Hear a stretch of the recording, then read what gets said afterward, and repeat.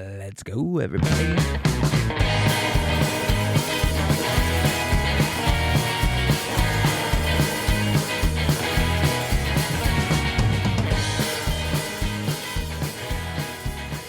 What is up, Mind Buzz Universe? Welcome back to another podcast episode of the Mind Buzz. I am Gil, your host, and working the board this evening, this morning, today, whenever you're listening to this podcast, is the lovely Amber. What's up? What's up? What's going on? Nothing much. I'm pretty good, actually. Yeah, you're doing good? Yep. I had pizza for dinner on a Monday. Damn.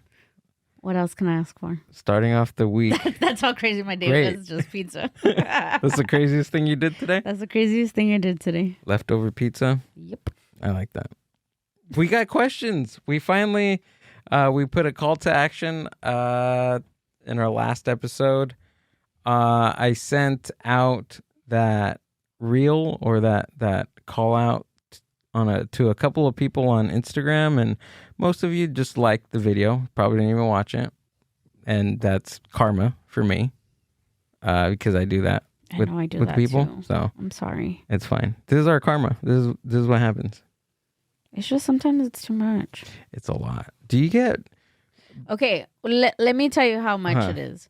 I have one person, aka my sister, in 5 group chats. Okay. Different group chats that I didn't make. My sister sends the same video on videos, all the group chats. If she sends multiple videos, she sends them to all the group chats. Yeah, I don't have it that bad. And then I feel bad for not responding to the group chats because then everybody's like, "Oh my god, how funny!" And then somebody else did it. But how do I tell them I'm in 5 other group chats with my sister? So then that's true. Yeah, it's too much. Sister, stop sending videos. No, I'm just kidding. No, keep sending them. Keep sending her the videos. I get reels from people that I never met ever in my life. You know what? Those are the ones. But those are fun. Those are the ones like that I kind of like because we have some of listeners, right? Some of our longtime listeners that we've never met, but they're active with us on social media. And I really like when Renee. People, Renee's cool. Yeah. Renee sends or even us people stuff I haven't all the seen time. in a long time that send me something that reminds them of me, and it's like spot on, or something that they seen, like something somebody's selling, or a craft or anything like that. Right. And that makes me feel good because I'm like, you know what? You know me and you still think about me, which is nice. You're thinking about us. So that was just for my sister, not for anybody else. Keep sending me stuff. Keep sending. Dude, my aunt said, well, I think I've said this before. My aunt, she sends me stuff daily. And I message her, "Hey, Thea, we can go over. You can invite me over." And she reads it. She leaves me on red, and she still just continues to send me I don't know. That's her way of the diabolical stuff. Oh, really? No. Oh, I was like, they're just I don't know, food stuff. 10 reasons why to believe in Jesus. No. One of them maybe. I'm just kidding. Okay, go with our questions. We got questions today. All right, number 1. Can you read them for me, Amber? How do you feel of comics? Wait, did I read that right? How do you feel of comics going to book shows begging for stage time? How do I feel about that? Hey, if you do that, that's your bag, man. I mean, prerogative. If that's what you want to do, that's how you want to get stage time. I mean, by all means. Hey, I'm no comic, but. And again, I don't know how it works, but if you... I don't know about begging. No, yeah, I think begging's a little... But what is it called? What do they say? Closed mouths don't get fed. Yeah. So, I mean, the worst thing someone can tell you is no. But I don't know about begging. I think whoever wrote this question is exaggerating. I don't think anybody is begging, and if you are begging, I don't know. All right. We'll see. We'll see what Vic says. We'll ask somebody else. Let's go to the next All right. One. How passionate are you about stand-up comedy? That's for you, Gil. Okay. And Amber, you're amazing. Oh, wow. Who's that? You don't have to say who do we No, we disclose? Don't have to say who it is. We don't disclose, right? No, I don't want to know. Well, you're amazing. Thanks. Whoever that was. I am 100% passionate about stand-up. I think about it every single moment of my waking life, and you have to. I think anything I do or anything I think about, any piece of conversation or anything that happens to me, you got to find the comedy in it. And I walk around all day just taking notes. Yeah. All day taking notes. I think it's even bled over to me because I think about like comedy several times a day, and not like I'm not a comic, but like for you, even we just had our anniversary, and one of the gifts was, you know, like comedy related. Like these are things that I'm always thinking like, oh, he would like this, or oh, I seen this and that, and hey, it bleeds onto your partner too, which is not a bad thing. I like comedy, but I think you are very passionate about comedy. Absolutely. Which is nice. One of us has to be passionate about something. One of us has to have a dream. One of us has to do something. Next question. What's GILL's shoe size? Oh my Asking God. for a friend. I know who did that one. It's gotten smaller. Yeah, it's gotten smaller. Well, some shoes are 10 still. I'm a size 10, but some go to 9.5 now. My work boots are 9.5 now. Well, they've always been 9.5 actually, because they're. But why? You're losing weight, and your feet, your nose, several parts of your body lose weight as well, which we didn't know. Your nose too? Yeah. Really? Your nose, your feet, your ears. Jesus. Yeah, there's several parts that like lose weight with you. So you're starting to find out that your feet are one of them. Yeah. My toenails are getting longer. Ew. What? I take all those vitamins. There, Andy, that was for you. Who asked that question? You're sick, Andy. You're sick, Andy. You're a sick man. I don't want your big box of porn, Andy. Let's get into today's... keep on sending us questions. That was fun. All right, we'll see if we do it at the beginning of the podcast or whenever, but let's bring in today's guest. I'm very excited to talk to this gentleman. He does comedy all over Orange County, LA, even on the East Coast. Please give it up for Vic G, ladies and gentlemen. What's up, Vic? What up, bro? Thank you for having me, man. No, thanks for being here. It's so hard to like not talk when you guys are doing that. That's fucked up. Just I would have just gone and get my beer. See? Like the fuck, I wanted to chime in like 7 times. Man. All right, like, go. This is your time. Jesus, no, that's your thing. That's your thing, dude. It's just like I got to be live for it, which is cool. That's cool, man. But yeah, thank you for having me, man. Yeah, of course, dude. This place rips, dude. And thanks, dude. It's awesome. It's cool that you have like loyal listeners and stuff. Yeah, bro. man. That's fucking awesome, dude. It's Shout fun. out to them. Shout out. I don't know if you said their name, but Jesse, I'm gonna say shout out Jesse. Shout out her. Actually, we do have a listener named Jesse. There we go. I knew her. Yeah. Me and Jesse get along, dude. Or him. Well, she trans since. Yeah, things have changed, but it is what it is, dude. But yeah, man, fucking happy to be here. Love it. That's funny. How you been, man? What's up? I'm good, dude. I'm good. I told you, man. I'm when you're busy, when you're working, can't complain, bro. Can't complain. So no complaints in life, man. I woke up today. Hopefully, I wake up tomorrow. That's all it is, dude. You know. And it's funny, I wanted to say, again, see, that's so unfair to just have your guests just sit there while you do. Let it rip, dude. Let it rip. If I had a podcast with my lady, dude, that would be insane, bro. It would just, I mean, shout out to you guys for making it work, dude. But like, oh my God, dude. Amber must be chill as fuck. So like, that, not saying that mine isn't, but like, whew. She'd be like, so what? Oh, they're asking about your dick size when they're asking about your shoe. Oh, yeah, is that what it's? That's what it's about, you know? Because that is what that person is asking. Yeah, you know? Like, how big is your dick? You know? I was gonna make a joke, but I was like, nah. Do it, dude. That's what we're here for. No, it already passed. Oh, okay. But I was going to. I'm pretty chill, huh? Yeah. See, that's something. That's some shit my girl would say. She'd be like, "I'm chill, right? Yeah, I'm chill. yeah. I'm chill." Well, you can't make jokes on me? No, I think I have like similar humor in a sense. You have to, dude. Yeah. You have to. It doesn't bother me at all. Good. It shouldn't. Because if it did, then you guys wouldn't work, you know? Yeah. But sometimes I try to be funny, and he's like, "You're not funny," and I'm like, "God damn it!" Okay, I don't want to make this a relationship pod, dude. Well, I think it's in a bad We have to fight once Bad mood? on the podcast. yeah. Oh, once. Okay, so Yeah. you guys It's a do. check mark. Okay, there it is. All right, so You gotta check. There you go. Check some there it marks is, off. dude. There it is. We're For like, you today. motherfucker. Just kidding. When you go get the beer right now, we're gonna duke it out. We're gonna shit. verbally Yeah, fight. Yeah, you're gonna be like, you invited this guy over to the basement, and now we're gonna have a problem, dude. Verbal No, gymnastics. not at all. What does your girlfriend think about you? Does your don't- girlfriend do comedy? No. No, okay. No. She does not do comedy. No. No.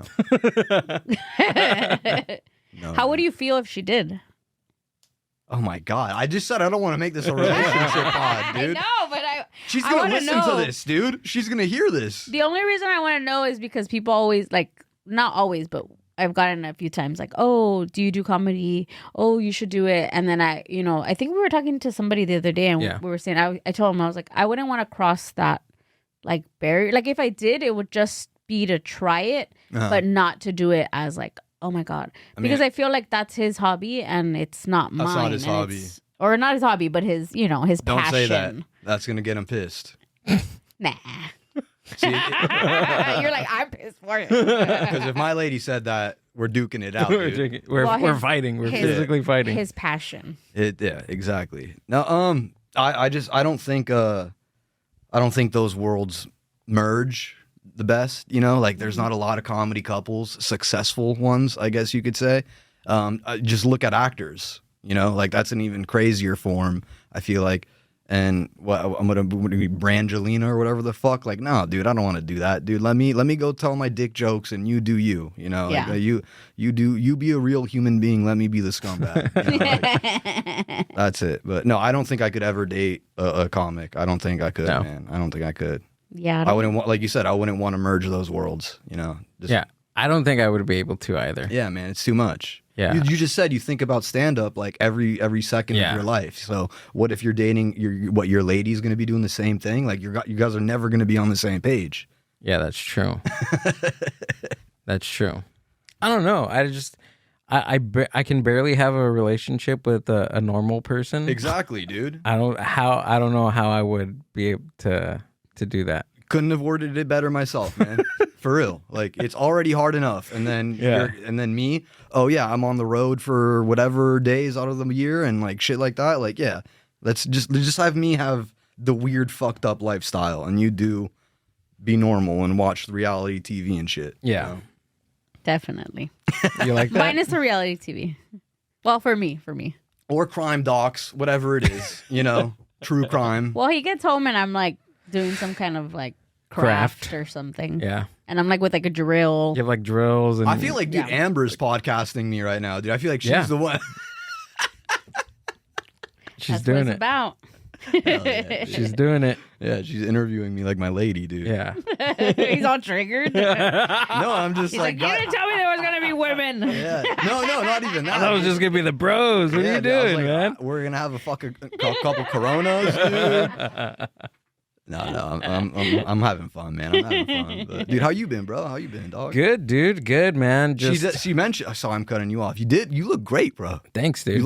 You did lose a ton of weight since I last saw you. Thanks, Not man. like you were like 550 last time I saw you, but you did slim down, bro. No, it's been what, like 40 pounds? Fuck Like yeah, 40, dude. 45? Good, man. Yeah, I Hell feel yeah. good. Good. Feel good. Good for you, man. Eating better, drinking water, taking walks. The fucking 10-inch or whatever thing, the dick's looking bigger. Yeah. That's good. That's good. yeah.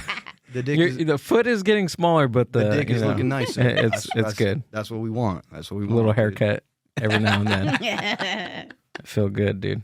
No, yeah. thank you. I appreciate it. Of course, man. Of course. Thanks, dude. Yeah. I stopped drinking too. Oh, so that's why you didn't have beers for me. Yeah. Well, no. I know so Vic, he's ordering what do you're It's gonna be here, Ubering? it's literally gonna be here in like 2 minutes. So Yeah? yeah. So you door dashing 6-pack right now. And Amber mentioned, she was like, we have so much beer at the house.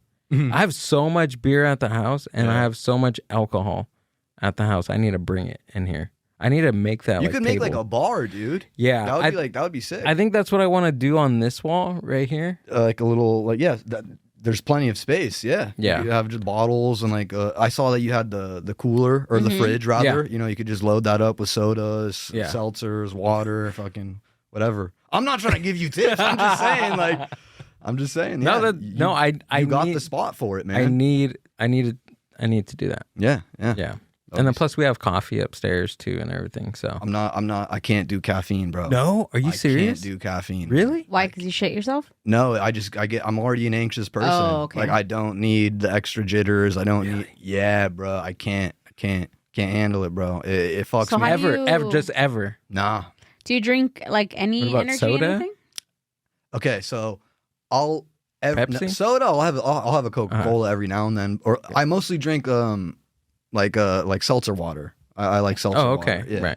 right. Get that little. Yeah, just going on? the little carbonation. But I forgot what Oh, do you Amber's- do energy drinks? Oh, so that's the only one I will ever indulge in a little bit. Like if I'm really, really fucking tired and like I'm running on no sleep and I have like a show or something, then like I'll get like an 8.4 ounce Red Bull and drink like half of it and I won't sleep till 3 a.m. So try to stay away from the caffeine for sure, dude. Wow, that's amazing. Why would you think I'm just like a coffee guy? I think it's just I'm just mind blown that people don't indulge in caffeine as much as like the average American does. Nah, man, no. I know you're right. They do. They love their cup of Joe, bro. That's as American as it gets, and I just Yeah, I don't need it. even in the Hispanic culture, right, Amber? Like, is it coffee? Yeah, they give coffee to like kids too. Yeah, that's what I heard. Yeah. I didn't start drinking coffee till we opened the shop upstairs, like horchateria, which was like 10 years ago. So what? I'm 35. So 25. Yeah. I was 25 when I had like my first like official like, ooh. And I remember feeling like, it took me like months and months to adjust because I was like paranoid. I would drink a cup and then I was anxious and I was paranoid and I was like, oh my God. And then I stopped and then I was like, I'm going to try it again. And then I did it again and I was like, oh, this feels good. See, that's the part that I don't get why people do, because they're like, oh yeah, there's so many bad side effects, but I'm just going to keep doing it. It's like, I don't know. Like you said, you shit yourself. Like that's also one of them. Like I already splat enough, dude. Like I don't need more. You don't need help with that? Yeah, I don't need help with that, dude. I'm good. I'm all right, dude. Yeah. But yeah, it's just I wake up and I feel awake. I don't Dang, that's need cool. anything else. That is Zen, beautiful. Zen will do it for me, you know. That's cool. You're making me feel like it's a good thing. I don't know. Like, whatever. No, it is a good thing. I can sleep like 10 hours and I still wake up like, oh, I need fucking coffee. Oh, really? Yeah, and I don't know. I think it's just a human habit, or not a human habit, but it's just a habit that We've you have. created a habit. And then plus two, it's like that. I think my order's here real quick. I'll go So for I'll it. For it. It's that thing where it's become like your brain needs it, Yeah. right? Yeah, you're dependent on it. Yeah, you're codependent on. The door closed and when he gets back, you're not. Yeah, I'll open it right now. I don't know. I like the way it makes me feel. And it tastes. When I started drinking coffee in high school. Damn. I was about 17 years old, but that was like the AM PM coffee we used to get at like 7 a.m. with tons of creamer. And then he's down. Yeah. Or it sounds like it. Do, do, do, do, do, do, do. Well, that was fast. I know. You brought it in. That's cool. That's pretty awesome. There you go. Ready. Hell yeah, bro. Now we can start. Now The episode starts. Dude. What up? I'm Vic. You're like, run it back. I was Run the just- whole intro. Yeah. I was just talking about how I started drinking coffee in high school. Okay. 16, 17 years old, drinking coffee for like 2 years. Stopped for like 3-4 years and picked it up again like around like 2021 when I started drinking heavily. Oh, like drinking alcohol. Yeah. Okay. That's And- like the worst combo, by the way, dude. It is terrible. Yeah. So man. you get your hangovers in the morning, and you're like, oh, I need to wake up for like school or whatever, college classes that I was taking, and coffee, and it made me 10 times worse. Wait, so how old are you? 35. 35, okay. 34 or 35. I'll be 35 this year. 34. I do the same shit, dude. I have to be like, what is it again? I look at my driver's license to make sure. Oh my God. I'm like, I don't know, what is it? I was 32 years old for 2 years. I was telling people I was 32 for like 2 years. He has to ask me what his age Yeah, is. he I just forget. did. He literally just did He does right it now. all the I time. forget. He's like, how old am I? I'm like, the fuck? Dude, imagine when I'm like older, dude. When you're older, who gives a fuck, dude? Yeah. That's when I'm 60. That's it. I'm fucking 60. You'd be 60 for like 10 years? Yeah, dude. Like, it doesn't fucking matter, dude. I'm retired. Leave me the fuck alone. Are you in your 30s? No, I'm not 30 yet. So you're starting 20s. Late 20s? Yeah, I'm 29. Oh, nice. See, dude, she's fucking. What's going on, Gil, dude? She's the interrogator. Yeah, bruh. How much is Mosa? I want to know. She's Yeah. most. That's her. No, yeah, I'm 29. By the time you leave here, I'll know your social security. Yeah, what your assets are. No, I'm just kidding. She is like literally, dude. She's a Latina, dude. I know, man. She's gonna stab you in the neck one day, dude. I will. And he's I'll gonna have no stay. neck. She's gonna do it to and you. he's gonna stay with me. I know. That's the crazy part, bro. That's the crazy part. Toxicas. That's what happens, bro. That's what happens. I know, man. But what's new with you, man? Anything new, man? Just the podcast, dude. Just getting up as much as I can. Hell yeah. Just started. I'm writing every day. Good, man. I've been getting into. So there's this list that I've been. So Bill Hader has a list of 200 movies every comedy writer should watch, and I'm gonna try to get through all of them. Okay. I don't have a timeline. That's a lot of film. Yeah. That's a lot of film to Majority of them I've seen. Like okay. he has some like weird ones on there, like Eyes Wide Shut. I just watched that again. Okay. He has like the Toy Story trilogy on there. I've seen those like about 100 times. I would say maybe don't pay too much attention to this list then. Just be a comic, dude. Just fucking go do stand up. Yeah. You know. But I'm in my my little like cinephile era. Hell yeah. right now. So just little. I figured, to be honest. I mean, like I don't know you super well, but I figured you. I mean, you're wearing a Star Wars shirt. Yeah. Well, dude, I've just recently gotten to Star Wars. I've seen only one. Yeah. Like episode 1. No, I've only seen one of them. I don't even know which one it's fucking called, dude. Like I don't know. Princess Leia was in it. I'm pretty sure. Oh, okay, probably. So the first ones. Yeah. Maybe, I don't know, but like, yeah, I never got into that, but I love film too, man. I'm like huge into that. Yeah.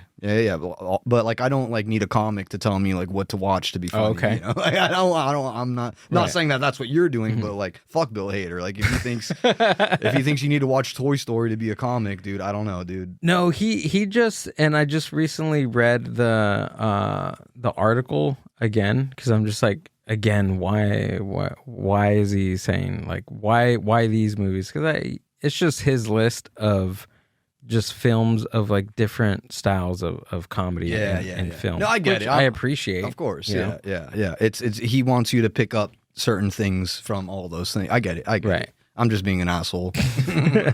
No, it's all good. Which I'm supposed to be. I feel like so, and I am. Well, naturally, I posted a reel on Instagram. I posted something on Instagram like saying, "Hey, I'm gonna, I don't know. There's a list. There's this list. I'm a nerd, dude. I made a spreadsheet of this, dude. I'm a nerd, and I made a spreadsheet of all the lists, and I'm marking them off, dude. I got my list, checking it twice, and like people were actually DMing me, telling me why some movies are not on the list, and I'm just like, dude, didn't you watch the video? Like, this isn't my list. Yeah. I'm just saying. You're getting the pressure now. Yeah, I'm just why isn't X, Y, and Z on here? Social media is so gay, dude. Just don't pay attention to that, dude. That shit's so lame, dude. Seriously. Like, I mean, it's awesome that people DM you and like they're like loyal listeners. You know, that's beautiful. But like, The other shit, fuck them, dude. They could suck a dick, dude. Don't pay attention to that shit, man. Like, it gets wild, dude. I know. It's just wild. Yes, and it gets annoying, and then if you overthink it, it gets it's all you think about in the back of your head, and you don't want to do that, man. You don't want to think about some fucking YouTube comment from some dude in Iowa. That shouldn't matter, dude. Like me and Ricky did this podcast for a while. We'll be coming back, but him and I don't know, for some reason, when me and him get together and we do a podcast, every time we would post a clip on TikTok, we'd get so much negative comments. It is insane how much negative comments me and him get it. Yeah, I mean, what kind? I mean, I don't want to like we don't have to focus on it, but like, why? Why would you say every time? Are they like these fucking Mexican guys? I hate these dudes, or like, what is it? Some of them, yeah. Some like when we would talk about you guys are AI. funny fuckers, dude. Like, I don't know what are they hating on? It's because every time we would say something just about any subject, like somebody has to go against whatever we say. I completely get that. I deal with that every fucking day of my life. Yes, dude. Yes, like they have to come and be so specific. Like, oh, why are you guys talking if you don't even know what you're talking about? Yeah. When it's like, it's fun. It's just it's stupid. not everything has to be so serious. Exactly. Not everything has to be so serious. Right. Like, and like, again, not to get too inside baseball, but like we exaggerate, we fabricate, we bullshit. Like you should be able to do that. You know, like it should be fun. It should be acceptable. It shouldn't be like, oh, really? You sure about that? Yeah, and if you're getting all your facts from fucking reels, that's your bad. Like, if you're getting all your info on TikTok videos, you're a fucking idiot. Oh, by the way, I don't know how some people could listen to news or watch the news every day. I try to listen to NPR just to stay up on current events, and I couldn't do it. Really? I couldn't, just from like day to day. NPR has this news channel called Up Now or Up Next, something like that. 12-minute podcast. Is it like a daily thing? It's I don't a daily even know. thing. I know what NPR is. Like, I don't even know what NPR is. Yeah. I don't really even know what it is at all. I don't know what it stands for. I just know people go to it for news. Yeah. That's all I fucking know. So it's a daily thing. They have like 1 to 2 episodes, and 1 to 2 episodes in the morning. I listened to them in the morning. I try. Yeah. I did it for like 4 days, 5 days, and it's like, oh my God, I can't do this anymore. But why? Because you didn't like listening to news? Like, it's not that. It's just like, it was just the same. It was just like National Public Radio. See, I had no fucking clue. I had no idea. It was just, I don't know, just like. It's like stressing you out. Bro. I'm getting stressed out now, dude. I'm looking at your face and you're just like. I think I just don't like. I don't like politics as much as I want to. You know what I'm saying? I fucking hate politics, man. Like, I wish I can get into American politics. Why? I don't know. You're gonna be an old man one day. I know. There's time for it, bro. You're like, not right now. Just wait, bro. That's just true. Wait until you're 65 and just be like, just watch Fox News all day, dude. Just listen to what I tell you. That's it. I do. I give you the cliff notes. I do. Yeah, and you I do it for both of us. I love that. I think because of that reason, I want to be the one to have something that Amber doesn't know. But it's fine. I thought you were gonna say that because she's into it, that you want to be into it because she's into kinda. it. Yeah, that too. But have you seen Orgasmo? No. There we go. See, look at there's something that you didn't know. Something else to the table. What porno is that? It's actually it's a movie by Trey Parker and Matt Stone, the creators of South Park. Oh shit! No, I never heard of it. It's about a Mormon kid. That starts doing porn to help raise money for his wedding.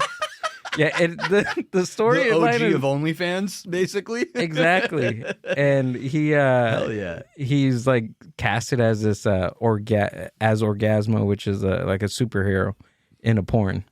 It's awesome, dude. You gotta watch. I'll check that out. Check it out, Fuck dude. Bill Hader, but I'll check this one out. Do you like South Park? So it's funny. I was just talking about this with a couple other comics the other night. I had like a very strict household. Like, I was not allowed to watch any of that. I couldn't watch Dragon Ball Z. Like, Yeah. Whoa. Yeah. So like Simpsons, Family Guy, all that I didn't get to see until I was in my 20s. And then I feel like in a way it kind of surpassed me. Like I was like, like this has been around for over a decade, almost 2 decades, I think, by the time that like I would have been able to watch it and whatnot. I've seen episodes, of course, you know, like I got high and watched Family Guy with my friends before, sure. But like, it's not something that I'm like religious about, I guess you could say. Why didn't you watch it around the house? My parents just didn't like that stuff, man. They are didn't they allow. like super religious or They're religious and they're okay. also just like so like it was like they don't like any. I'm almost 30 and I don't curse around my parents. I don't. Yeah. I say foul shit on stage, but like they'll never hear that come out of my mouth to them. You know, they didn't want me to be like they were like Dragon Ball Z is too violent. They're fighting, and it's literally fucking anime characters going, oh yeah, you know, like they didn't want that, you know. No, that makes sense. Dude. Yeah. No, but it wasn't like a super religious thing. They're just strict. My mom's a teacher, you know, so she deals with the fucking bullshit generation that is now.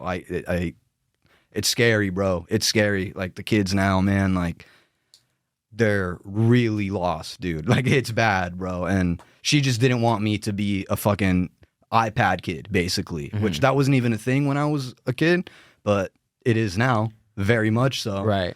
I guess there's a version of children or kids like our age that just watched that stuff. There is. Yeah. Right. Yeah. There's a lot of people that were like their family time was The Simpsons or like you said, you know, but for us it was America's Funniest Home Videos. Yeah. That was a little bit more PG. You know what I'm saying? So that's what it was. But there is certainly, bro. There are certainly like they have their inside jokes all derivative from the show. You know, like I get it, but that wasn't me. I grew up exactly like you. Yeah. Like I was not allowed to watch The Simpsons, Family Guy, nothing like that ever. We used to watch like America's Funniest Home Videos, or we used to rent movies that we could all watch, things like that. And then if I was left alone like with the TV, my mom would come in every so often to like see what I was, and then I would like put it back on. You know, I tried to. See, I think I was even too scared to do that. Yeah, I was like too scared to. I was scared too, but when I got a little older, then I was like, my mom can't tell me what to do, and then I was like, no, my mom can't tell me what to do. Exactly. And now I'm a stand-up comedian. So I went to school with a bunch of because I went to school here in Paramount, and where a lot of us are first generation. My parents came from Mexico, but they grew up here, so they grew up a little bit more, you know, Americanized. But a lot of my friends were first generation. Their parents didn't speak English, so to them, their parents let them watch. Their parents saw cartoons, and they thought. It's a cartoon. Yeah, it's for a kids. Yeah, they didn't know what they were saying. Like to them, it was like, oh, it's a cartoon, so I'm gonna let them watch it. And they didn't know that it was like, you know, they didn't pick up on that like Marge is getting fucked. You know, like nothing. They didn't know. So I remember going to school, and that's all they could talk about was like, oh, did you guys see this episode? And then I was like, yeah, it sucks being left out of that for sure. Yeah, it sucks. Did you watch like WWF? Nope. No, that was also, and it's so crazy, bro. That's funny you ask, dude. Because like now, like again, I'm an adult. It's like that shit is so not like what, dude? Like this is all made. But like my cousins, to Amber's point, they had all access. They had every Monday Night Raw. They had, like when it was on pay-per-view. Now it's like on Paramount or whatever fucking streaming. But like they would have it every time. So if I was lucky, I'd get to see the John Cena, you know, if I was at their house. But like, nah, man, they didn't. And plus in that era, it was less. It was tamed in like the John Cena era. I feel like it was not. In the late let's say 1996 to like 2000 for like 4 years there was like they're showing tits and stuff. Yeah, it was a period where it was called they called it the Attitude Era, which it was overly sexualized, cursing, like all these really deep innuendos of like sex and violence. Yeah, I've seen those clips. I've seen those. You know what I mean? Yeah. So, but then they kind of got tamed. Like every year they'd get tamed, and more like FCC pressure, more pressure from the FCC. I think just after they changed they From went from WWF to WWF. There was like this switch, and then after that, there's like a whole new, like now I can't even watch it now because I'm just. Were you a big fan? Oh, I was a giant fan. Yeah, Gil was the kid that had access to watch everything. Really? So he watched for a while, right? I did. So for, let's say, I don't know, for like a good 4 years, it was like balls to the wall. I can watch anything I ever wanted to watch. And then for like another like 3 years, I lived with family that was very religious. I lived with pastors. Okay. So I got that side like early on. And then after that, I was like, man, this sucks. So I went back to start watching all the crazy. So throughout my life, I mean, I wouldn't say WWE is crazy. Right. That's not crazy. No, but he stuff. was watching like Cheech and Chong, and he was a kid. Like how old were you for that 4-year span where you had access to everything? Like, let's say like probably early on childhood, probably all the way up until 11. Okay, was so just very like developmental years. Right. It was like balls to the wall, anything, and probably from like 13, like 12 to, I'd say like 15. It got strict. And then after that, it was just... See, that's probably when you wanted the freedom. You wanted to be like, I want to fucking watch, I want to be able to watch HBO XXXX, you know what I'm saying? Like, that's when you wanted it, you know? Exactly. Skinamax, that's what it's called. That's what it was, dude. That's what it was. I know nothing about that. No. I don't know anything about that. Not Vic. See, like we couldn't say like, oh, that's stupid. Like I couldn't even use the word stupid. Nope. Was like, or I couldn't like if my mom sent me to do something and I was like, man. Oh no, like there's that, no back talk. That was no back talk. No. Even that little Oh yeah, she's a Latina, bro. What do you expect, dude? Yeah, of course. Yeah, dude. She was born coming out of that thing. But I couldn't. My mom was very like, you don't talk back to us. You don't say no. You know, we don't say stupid. We don't say dumb. We don't like. And I was just like, same shit, bro. And now I'm a stand-up comic. Well, not me, but I curse like no one's business. But again, if I go to my parents' house, the cursing is like fuck no. Off. I said the other day like fucking stupid in front of my dad, and I was like, and I'm gonna be 36, and I was all like, Yeah. No, it's just a respect thing. It's just a respect thing, man. Right. It's just how you're brought up. That's all it is, you know? People have different levels of comfortability with family and all that. You know, it's just what it is. Yeah. So I don't know. I don't know what it is, dude.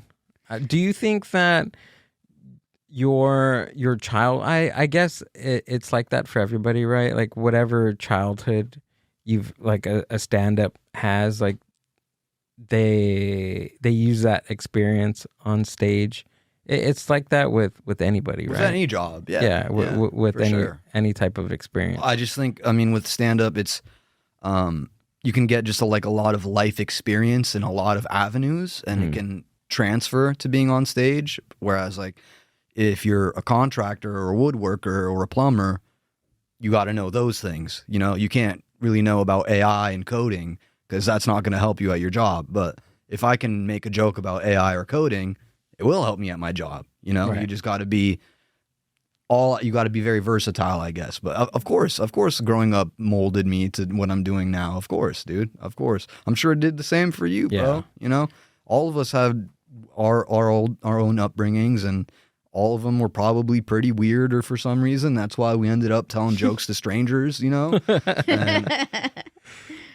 That is true. I think for Gil, like having this exposure so early on of being able to see things, being able to say whatever the heck he wants, like you turned out completely the opposite of what I would think that someone that would have access to all of this. And like me, that I was so sheltered, like I curse, I don't, way more than Gil does. Like he doesn't, it hardly comes out of his mouth. And I'm like, fuck this, fuck that, blah, blah, blah, blah. Like, you know, it just feels I feel like I've said gay and fuck like 15 times already on the podcast. And he does not. And he's like this person that's just like really like, speaks well, like things. Try to. To me, I'm like, no, he's a good dude. Yeah, he is. He is a good dude. Oh, guys, stop. Yeah, no, That's I mean, enough. this is a relationship pod, I guess. Right?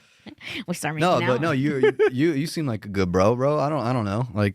No, Right. you're now that you bring that up, yeah, he doesn't curse a lot. He doesn't have a dirty mouth, yeah. But I think when you do come from a more sheltered household and like you do, I think so. you kind of you rebel, Because we didn't get it out. We weren't able to get it out, and maybe you were able to like express yourself. And yeah, do and it. like we couldn't. Right. We But couldn't. during that period when I was sheltered, at school, I was a completely different kid. Mhm. Like I was that I was that kid that teachers would say, "Oh my God, you have Gilbert XY. You have Gilbert in your. I'm so sorry."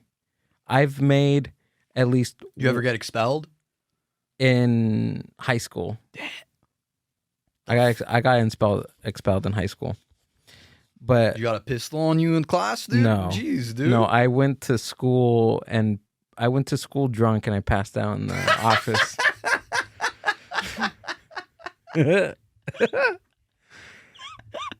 7 a.m. in the morning, There dude. you go, dude. That's having fun. Drinking vodka You had vodka breath at 7 a.m. on an empty stomach, bro. And I was a TA for the office. That's so Sixth funny. period. I'm sorry you're not laughing, but I'm finding this fucking Oh hilarious. no, I've heard it a million No, times. not you. Gil. Oh, Gil's I'm like, he's like, I've heard it a million times. No, that's so funny to me. But hey, you're a young bull, bro. Like, Had my stomach pumped. Like it That was. day? Yeah. Oh shit! So you like OD'd on alcohol, bro? Yeah, dude. I Fuck. He had alcohol What it- poisoning. alcohol poisoning. Yeah, yeah. Yeah. They had How to. the fuck were you that drunk that early? Were you drinking all night? No, it was. So I was on my way to school, and these punk kids, like I'm a punk rocker. Like I was a punk rocker in high school, and these punks were out. On I think they were. I was passing by one of their houses in their backyard. Their backyard faced the street that I was walking on the sidewalk. Got you. And they just like popped over, and I seen them. And they had like a fifth of vodka. or Yeah, and they're whatever. like, "Hey, dude, you wanna come drink?" Uh-huh. And I was just like, what time is it? I got some time." "Damn, you got that fucked up." I got plastered, dude. The last thing I remember is opening the gate, walking out, and waking up in the hospital. And my aunts were goodness. watching me at that time. Uh-huh. They were taking care of me, and they were sitting like I'm like in the bed.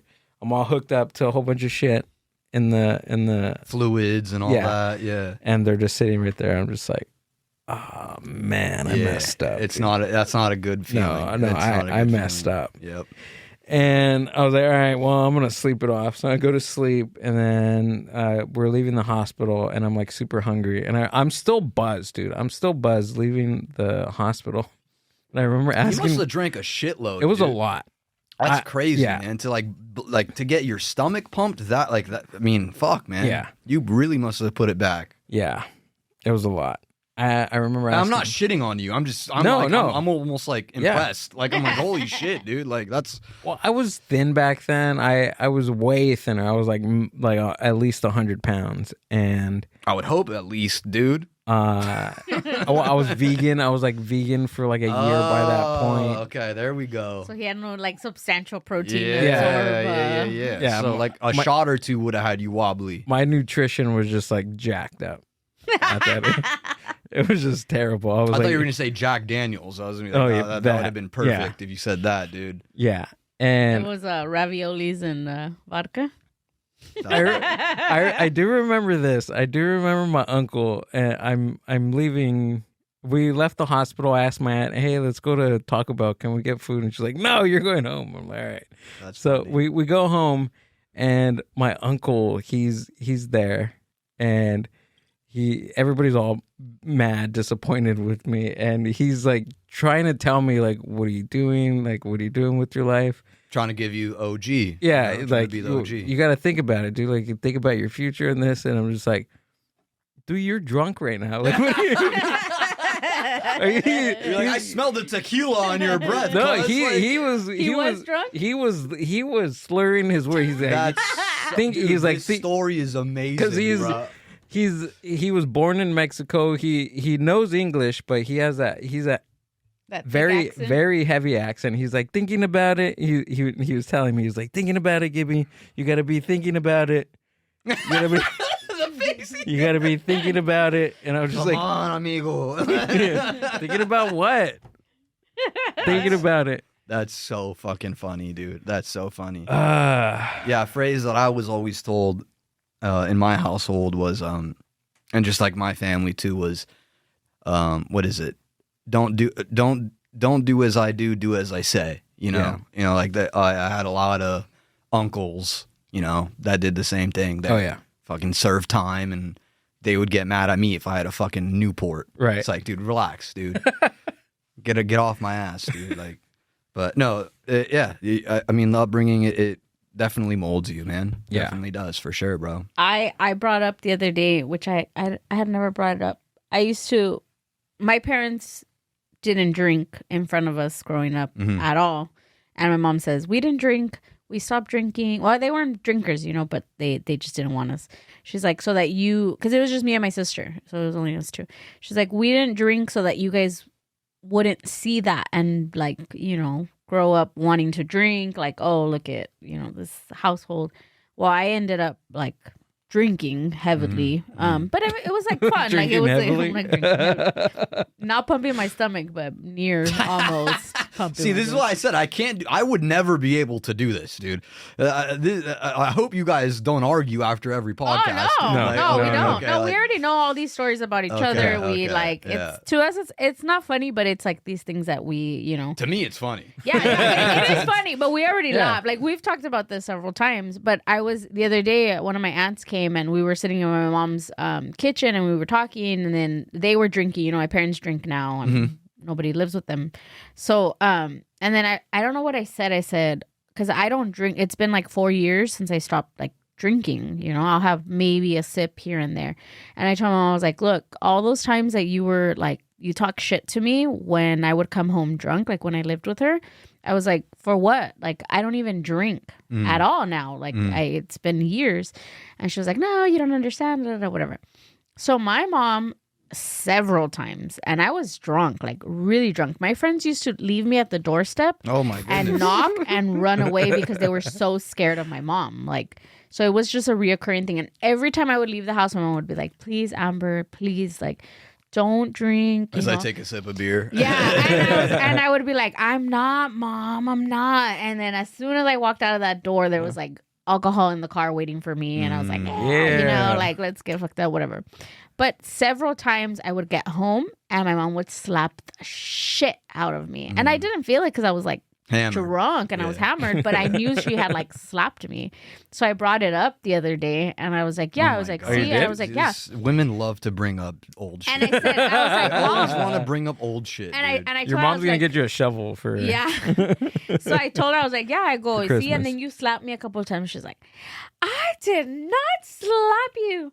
And then I was like, come on, Were there was people there? Yeah, there was ladies. And then my dad comes and he's like, yeah, you slapped her. And I was like, see, my dad never says anything. My dad never has told me anything like, why did you drink? Why did you come drunk? Nothing. Yeah. So when he's like, yeah, you slapped her, I was like, thank you. But I'm over it. I forgave her. You got it. I like something I say, set it and forget it. We're podcasters, we're comics, say it and forget it, bro. I don't know if you can relate to that as much, no disrespect, No. but not everything is as important as it. These words that I'm saying into this microphone are just words, bro. Actions are a little bit slapping the fuck out of you might be a little bit more important than what I'm saying in this microphone. Those things. It's all jokes, man. Everything, life's a joke, bro. And and that's what we had the conversation after that was that I was telling my mom, I was like, there's nothing that you did for me, raising me, that I can come back and say oh, my mom was so horrible. No, there's nothing that I can say because I know it was a little shit. I know that I deserved it. And I'm glad that she did slap the shit out of me here and there because you can't be getting left alone on the on the side of the road or whatever. Exactly. And then Gil can't be getting his stomach pumped, at 17 or whatever. But again, we're young bulls. All of us, you learn, man. You live and you learn, bro. That's it. But did you have fun? Of course, I would do it all over again if I had to go back. And you're still here, bro. And I'm still here. And you got a cool story. Yeah. And you got a cool studio. A couple of jokes in there. I don't regret anything, you know. Good, man. Good. You can't live life that way. No, fuck dude. no. You can't think about the past. You just got to think about the future, man. Because you're not. I think this is something that I've realized recently is like every so often there's different versions of ourselves and we evolve, right? Oh, or absolutely. I would hope that we would evolve. And you're not the same person you were 10 years ago. You're not even the same person you were minutely 5 years ago, like 5 months ago. Yeah, like you were constantly changing, and for you to like dwell on something that you did or something that you said or whatever the action was in that time of your life, like it's redundant. Like it's just it can't happen in order for you to move forward and be able to enjoy your life completely. That's forward. Very well said. Very, very well said. Wise words. It's got to move on, man. Yeah. Let's move on. Can't harp in the past, man. No. It's the past for a reason, you know? I didn't know we were going to get this deep, bro. I was like, I thought we were going to talk about fucking comedy and shit. we get pretty deep, dude. I told you it goes anywhere. I will say this. I am pretty bummed out that I should have started my YouTube channel like 20 years ago. Really? That's the only thing that I'm bummed out about. You shouldn't be bummed about it, man. Like, what were you gonna know that YouTube would take off like this and like it would be like the dude? I just had this feeling, man. Let me tell you this. I had this. I want to be this new thing, right? This new weird thing that people were putting videos on the internet, right? I always thought I want to put videos on this thing, but I didn't know what to do. And I let that. Wow, so you were on it early. Kinda. I mean, the very first video that I put on YouTube was like, I gotta look back. I think it's like maybe 12 years ago, I want to say. Okay. Like I was messing around with YouTube and recording shit since like very, very like maybe like 2008. Okay. I want to say like 2008, 2009, right out of high school. Again, no regrets, dude. I know. Forget, it doesn't matter, bro. You got you got Mind Buzz Media going. You got. I know. Don't trip, bro. Don't trip, man. Wait, I just think about that. Like, you don't have to do orgasmo type shit and fuck dude like just be happy about that, man. Just be happy about that. You're right, man. You're right. You can't harp on negative and decisions that you didn't make in the past, dude. Work harder now. That's how it is, bro. That's how it is. That's very true. There you go. See? What got you into comedy? What got me into comedy? Just kind of just feeling like, you know, nothing. You have to literally not give a single fuck to do stand up, I feel like. And life just beat me down so much that I was like, I'm just going to fucking do this. Like I'm going to go talk to strangers and hopefully I make them laugh. If that works, that works. If it doesn't, it doesn't. But like it's almost like it's honestly it's like not a. I feel like it's not like a good thing. It was like I hated myself so much, and I was like, if I can get any kind of validation from these people, then maybe I can do something with my life. You know, maybe like this is what I should do. But I loved stand up always. I loved comedy, man. I hate tension. I hate arguing. I hate fighting. I like to laugh, man. I like to laugh. I like to bullshit. I like to joke around. That's why I don't like politics. That's why I don't watch the news either. All of that shit is negative. You know, it's never like, oh, look at this fucking puppy that was adopted by this young girl. It's like, no, this young girl just got blew up by a rocket. Like, it's like, no, I don't want to know that shit, dude. I want to go and, I don't know, talk about, you know, funny shit. You know, I want to be funny. So just, getting into it. My boy signed me up for an open mic because he was like, dude, you just got to do it. Like, he's a stand up and he was like, you just got to do this. Like, you just got to commit to it. And I was like, fuck it. And then ever since I've been in love, man. I want to die doing comedy. Like, I think you're going to have to pry me off that fucking stage, dude. Like, I don't know. You think about it too every day, every single day, every single second. Dude, I try to make a joke about everything. Oh yeah, that's good. Everything, dude. Like you said that earlier. Like literally everything. I try to find the humor in it, you know. And sometimes it gets me in trouble. Oh, dude, I just thought about that right in my head. You're in my brain right now because I'm like, and it fucking gets me in trouble. It gets me in trouble. It gets me in trouble. It definitely gets me in trouble. It gets me in trouble with friends, with family, my lady. It's just, you know, it is what it is. It's who I am, man. I fuck around, bro. Like, that's just what it is, man.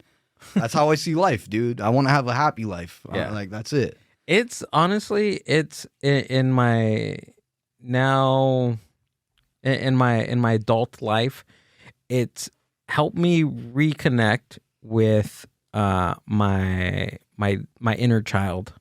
Oh, really? In what way?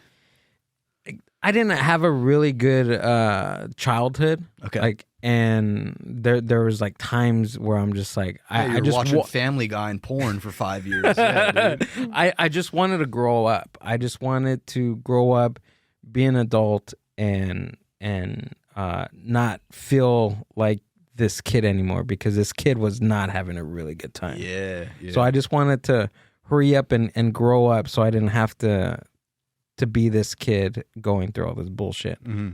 So now I'm at this stage in my life where I'm just like, you know what? I want to live out this childhood that I never Now got. I'm seeing what you're saying. You know what I mean? Yeah. And like most of the stuff that I talk about on stage or write on, it's pretty silly. Mm-hmm. Like it's pretty silly that because when I'm writing, dude, and I feel like that I feel this, that when I'm writing, like what would be off the wall for like a 12-year-old to say.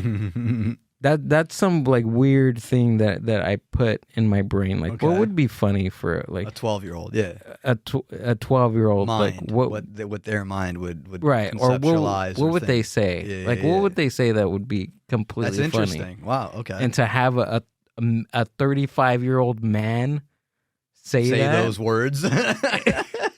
So I'm just like, that's where I'm like coming from right now. So it's helped me. Like, honestly, stand-up has helped me, like, reconnect with my inner Gilbert child. That's, like, sick, dude. Like, that's almost, like, that's nice. That's not, like, I don't even know what to say. Like, that's so, that's, I'm, like, happy for you, bro. I've just like, realized that in the past, sick, like, dude. 6 months at least. That's fucking awesome, It's helped, for sure. Therapy? Pfft. Fuck therapy. That's our therapy. Stand-up comedy, That's dude. our therapy, dude. No, but the writing has I went a to lot therapy to do with once, dude, and Did you? I fucking hated it. Yeah? I wanted to sock that dude in the face, bro. Why? I fucking hated him, bro. Why? Because he was like asking me like why I was there and shit, and like why I felt like I needed to be there, and I was telling him, and then he was like, I'm like, you're supposed to be fucking nice, dude. The fuck are you doing? You sitting here judging me on a couch, dude? Like, what the fuck?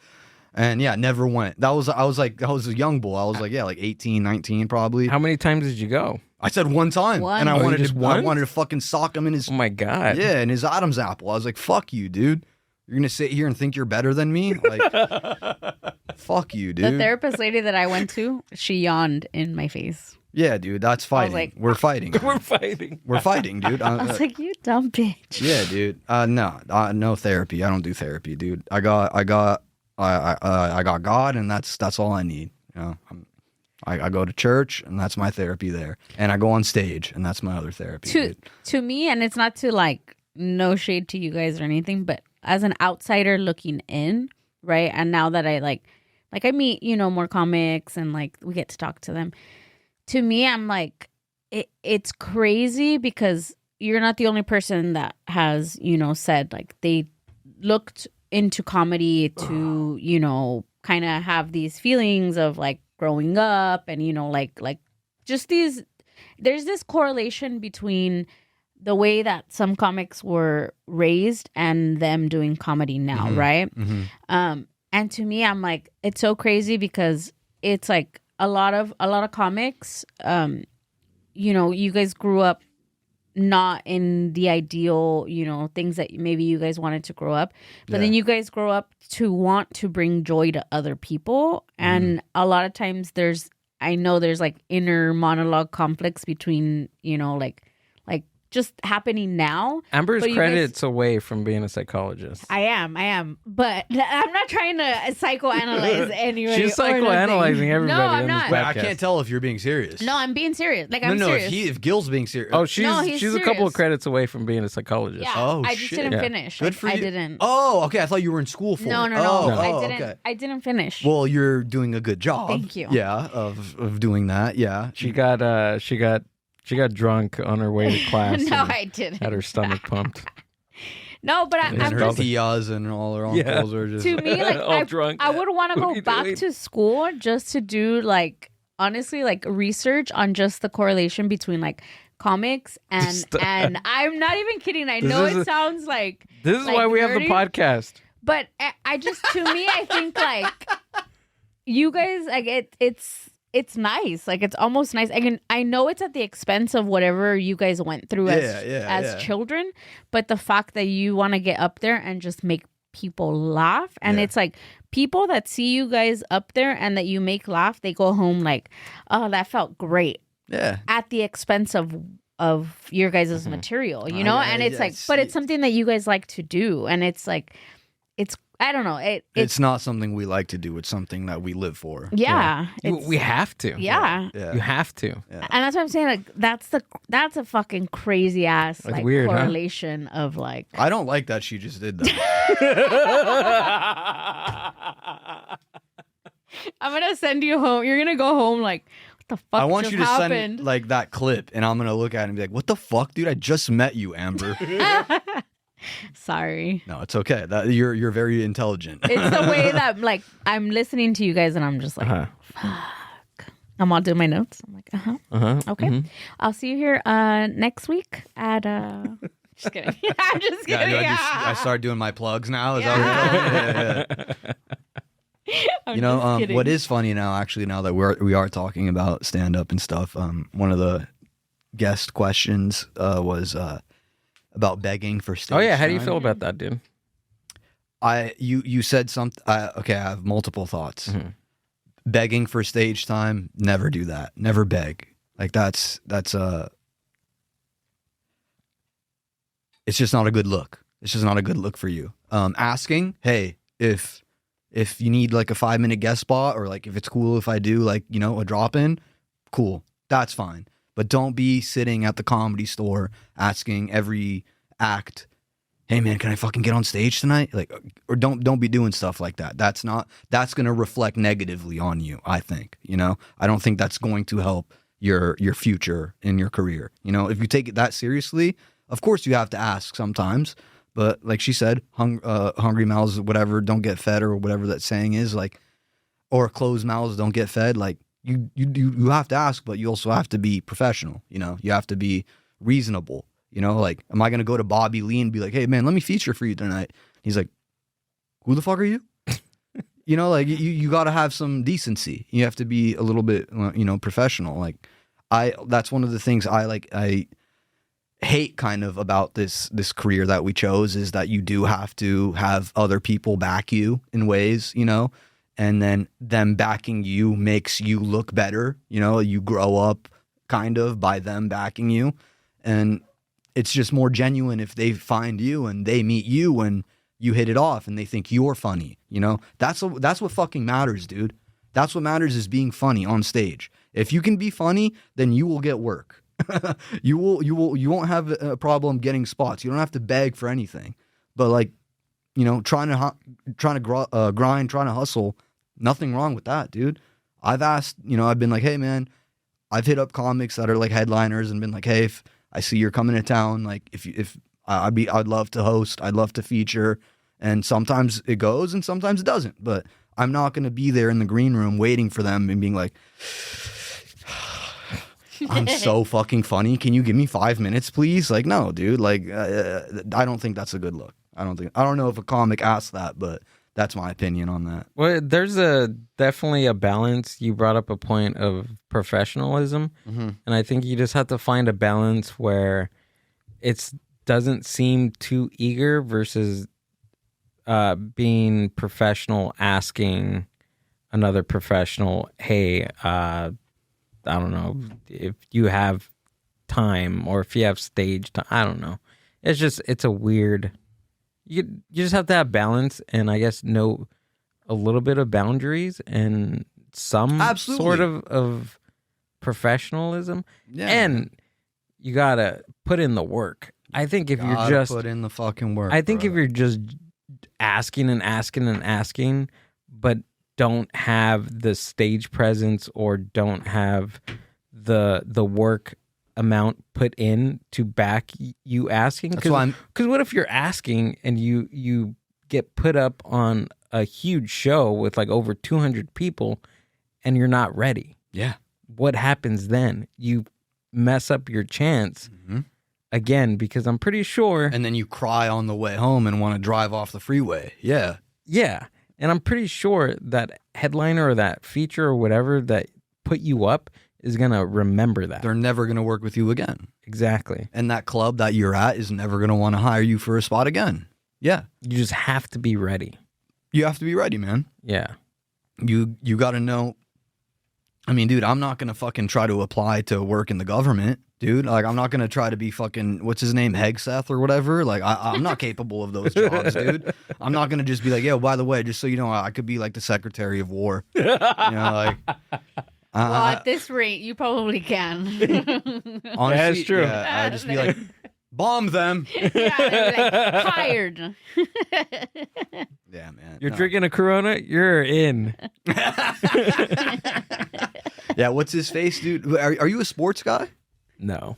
Fuck. Should I be? Nah, I don't give a fuck. Like, what kind of sports are we talking about? Sports. The ones with balls. Like football? Any of them, bro. Tennis? I like tennis. You like tennis? Yeah, I like tennis.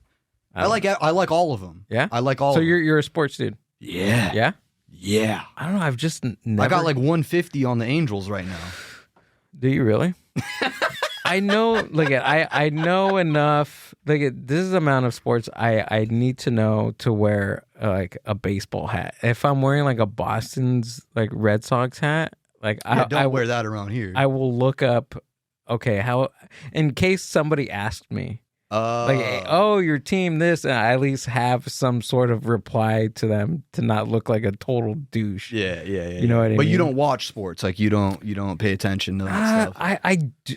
You watch WWE. Same like NPR. I try to get into it, but I'm just like, I am overwhelmed of all this information, because I am the type of person that if I'm into something, I gotta lock in. I need to know. I completely get. I need to have their calendar like downloaded. I need to know each and every player. Okay, I need to know their stats. I'm like that with the Eagles. Yeah, that's right. You're an Eagles fan, right? I'm an Eagles fan. Yes. Dude, so are you originally from the East Coast? So it's funny. Amber was talking about like being like a first gen, second gen. I'm basically like a first gen here. My mom was born in Queens. But she was raised as if she was born in a village in Albania. And my pops is from there, the East Coast, from Montenegro. Or not the East Coast, from Europe, Eastern Europe, Montenegro. And it was a former communist country. So maybe that also has to do with like my upbringing, you know, like how the things I was like told and whatnot. So you are like first gen. No, I am. First gen. I really am. Yeah, like I talk about it on stage, you know, Yeah. I like, because it's like it's just a mix of such different worlds, you know. But yeah. So my pops he came here in his mid-20s or maybe early. Yeah, he was in his late 20s, and my mom. She was, like I said, born in Queens, but raised like she was in a fucking hut in Albania. So yeah, I talk about that on stage a lot. You know, that gives me, you know, you were saying how you kind of feel like a child again sometimes. Like that gives you, I feel like I can talk about my my real life in a joking way and put a little salt and vinegar on it to make it funny and make it a little, because that's another thing, bro. I feel like everybody thinks that all we say on stage is fucking real deal Holyfield. Like, yeah, we're entertainers. Right. At the end of the day, I'm here to entertain you, okay? Like she said, all the bullshit we've been through made us like this, okay? So, like, I don't know why I got fired up about that. You're like, because I'm lying. Because I've gotten those DMs. I've gone I've gone a DM about like some Albanian like, oh my God, you're talking so bad about our people. I'm like, shut the fuck up, dude. Really? Like, I'm like, yeah.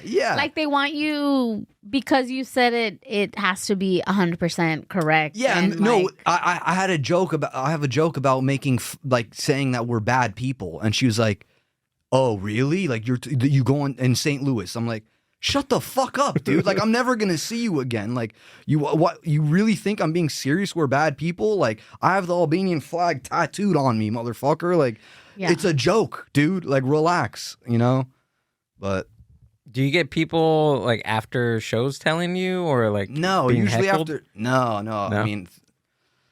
I mean I've been heckled. I feel like we've all been heckled, right. but like nothing after a show. Somebody going up to you and saying anything. No, nothing where it's like disrespectful or like rude or crude or anything like that. No, yeah, they wait to get home. Yeah, they wait to get on their phone. They wait to get home and find your Instagram. Yeah, that's literally that's what happens. They find your Instagram, they find your YouTube. Be like, oh, you thought you're funny? Fuck you, you're not funny.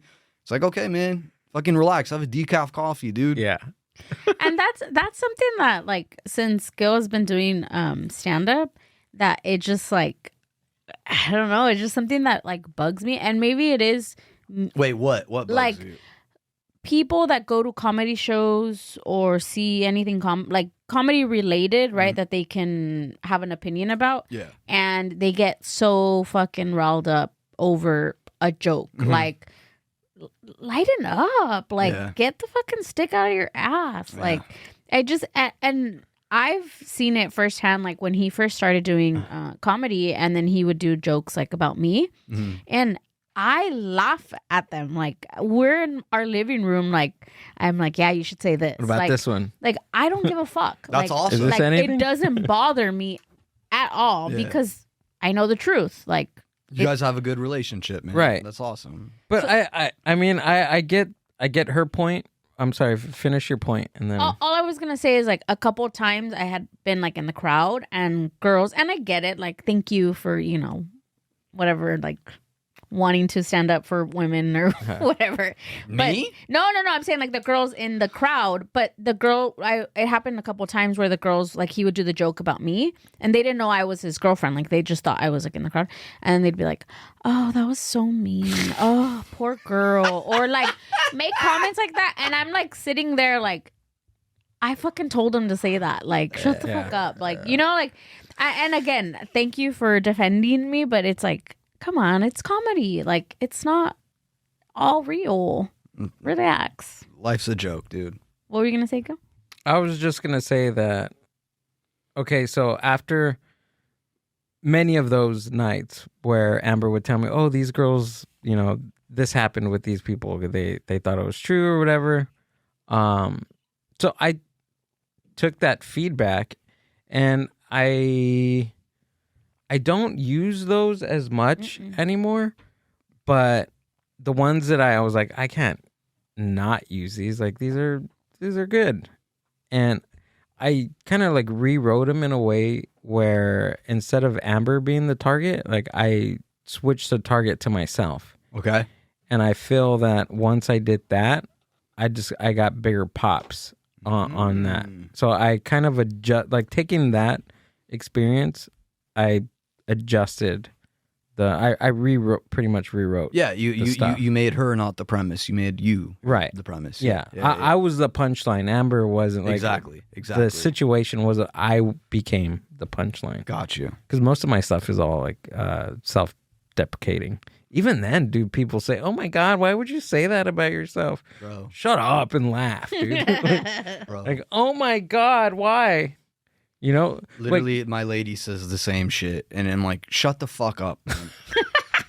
Let me make fun of myself, dude. Yeah, Amber constantly makes fun of me, so it's like legit. We were like a year into our relationship, and he asked me, he's like, "Why do you always like make fun of me?" And I was like, "Oh, I'm sorry. I didn't know I was hurting your feelings." I don't think it hurt his feelings, but I think he like, because in my family we grew up, and it's like that's all we do. Ball busting is like. Somebody comes in with something, you can go in so confident into my house with a brand new shirt. And if somebody thinks it's fucking funny, it's like, what's up with your blah, blah, blah. You're going to be called out all night. So that's what I grew up with. So when we started dating. I think maybe maybe that's why Millie took off her sweater and tried to give it to me the other night. Maybe. She was like, you know what, on second thought, this isn't as cool as I thought it would be.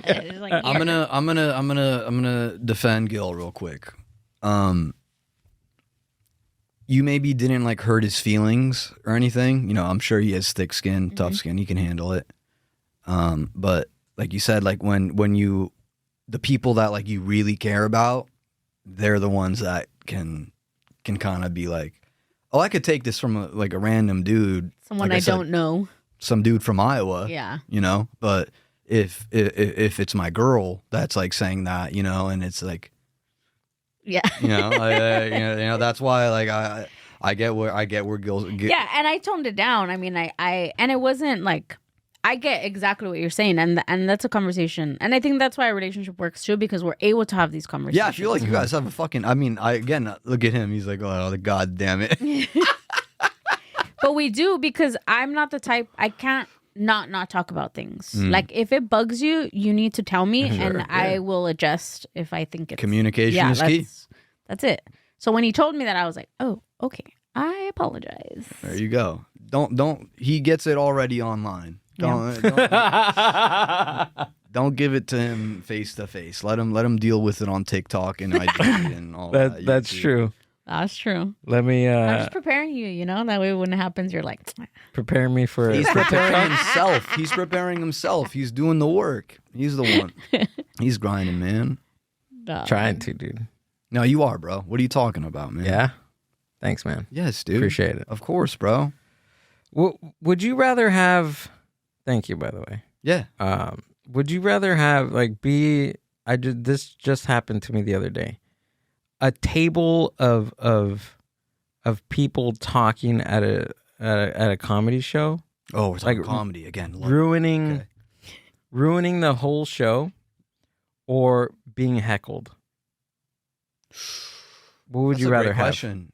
One table of people that are just annoyingly talking, or being ruining the whole show. Yeah. Because they're just talking loud, and they're just loud, and they're playing games, and they're cheersing. Okay, so I've had both of these situations happen. Which one do I like the most, or which one do I hate the most? Which one would you rather like have? Rather than the other? I think the loud table. You'd have the. I think because I would be able. I don't take bullshit. Like I'll shut them down. I'll make them. I'll make them feel like I'll be an asshole. I'll be funny at first about it, and be like, you know, I'll try to, like get them on your side a little bit. Be professional, get them on my side, and be like, this isn't about you.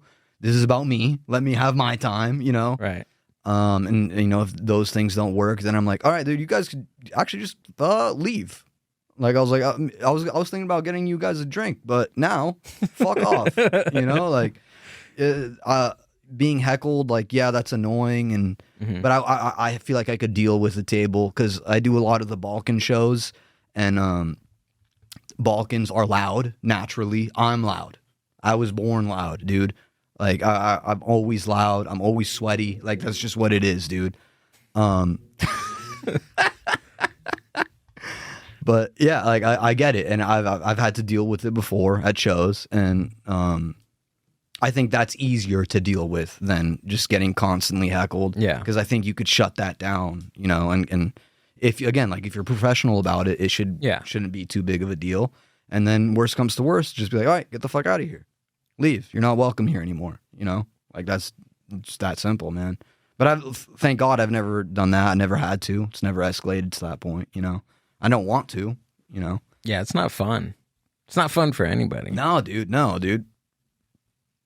It's not fun I hate when like I'm in a setup like this. Just happened to me like a week ago. I was in the setup of like one of my like better written jokes. Like I was and like I'm trying to time it. I'm trying to get the delivery right. I'm trying to get all these things correct. And then I heard a table try to like fill in my joke. They tried to do my punchline, and I ignored it. I completely ignored it, moved past it, and still did my punchline, still did my joke, and it landed. It did well. It was fine. But like that, fuck you, dude. Fuck that one girl, dude, in Connecticut. I don't know if she's going to listen to this, dude, but fuck you, dude. We hope she does. Yeah, I hope she does, dude.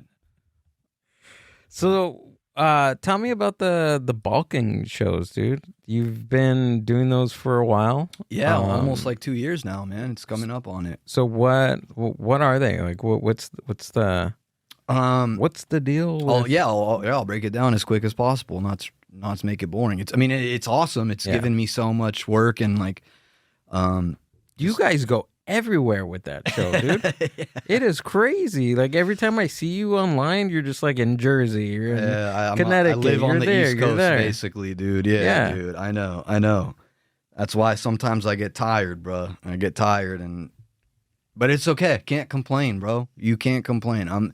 This is what I signed up for, bro. This is what I signed up for. That's just really cool, man. That you get to do that. Thank you, bro. That's awesome. But that kind of came together by my guy Ryan Radicinovich. He's another comic, LA-based guy, and he just had this idea of like, let's put these comedians, and I didn't even know that we existed. That like there were comics from this part of the world.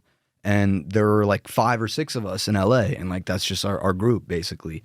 And now like we get to go on the road. We get to do jokes for it. A lot of those shows again are Balkan, so I have to write material. So what is Balkan? Okay, what is that? That is East. So when I told her my father's from former communist country, it was Yugoslavia. I don't know if you want to pull that up or whatever, because you could see what Balkan is, but So it's a region. It's a region. It's a region. Okay. So I look up Yugoslavia? Just look up the Balkans. You could look that up. And then also I wanted to show you a video lit too, because this is so fucking cool. How do I spell it? BALKAN. KAN. Yeah, and it'll tell you everywhere. Okay, let me see. Is it the Balkans? Yeah, so that's all of it. That's it. Croatia, Bosnia, Serbia, Albania, Bulgaria, Macedonia. Where's Montenegro? Is Montenegro on there? Yeah, oh right yeah, here. there it is. Okay, Montenegro. Yeah. Small as fuck. They took all of our land, motherfuckers. But yeah, that's where I'm from. So yeah, the show is just comics from a lot of those countries. Oh, cool. Yeah. And yeah, man, you're like you said, like I'm lucky enough to travel to do it and get chirped by an Albanian girl in St. Louis because I made fun of Albanians. So, is what it is, man. That's pretty cool. I didn't know that was like I didn't know you were doing that. That's cool. Oh yeah. That's. So do you get because it's a little more like, would you say like it's kind of niche? Absolutely. Yeah. So so most people that go to the show are like within this girl, bro. You should just fucking the mind reading. I don't know. God damn it, man. I want to know. It just. So how do you feel about doing? No, I'm not. I know, dude. Doing these types of shows. I'm gonna have like 17 more beers now, dude. Jesus. He's gonna go home to a hot shower crying. No, get the fuck out of here. No. I mean, like because it's. So these pretty shows, niche, they are very niche. So I have to write material that will land for a 55-year-old man that is not from the United States. Yeah, like if I went, would I understand? I mean, obviously I would laugh. Yeah, but, you would. But I would. There's certain things that maybe I would. Yeah. No, you would get it all. I'm funny. Yeah, of course. Of course, I know. It's my job. you would laugh, but there are definitely certain things that are like definitely like like you said, niche. That's cool. To them, like derived for them. That's pretty cool. But yeah, no, that show is awesome, Gil. It's fucking sick. Dude. Yeah, it's awesome, man. I love it. That's cool. You guys get to like travel. Yeah, I know, with that thing. You know what I mean? It's you've guys been doing it for about Ryden's been doing it for 2 years. Yeah, almost 2 years now, dude. Yeah, and I'm fortunate enough to like be the feature now. Like I've gotten that. That's cool. So it's really cool, man. It's blessed, man. Can't complain, bro. Cannot complain. This is why we work, bro. This is why we do it, dude. And to have something like that where I'm pretty sure it has to it's like a good like little challenge workout. Oh, writing. Yeah, huge workout. You know what I mean? Yeah, man. Like instead of like your targets or whatever you want to call them, right? Whatever you're writing audience. about, yeah. You like it narrows it. So I when you have these, there's like this quote about I can't remember it, but it's something along the lines of if you're if you're creative in like this rather than like this, right? I don't know if you can. I'm following you. Okay, I'm following. Yeah, I'm following. I don't know how to explain it. I'm doing my best. I don't know how to explain it. So when you're trying to be creative in like a bubble, a huge bubble, it's a little easier, but I think you get more out of if you're stuck in a box. If you're given restriction on writing, mm-hmm.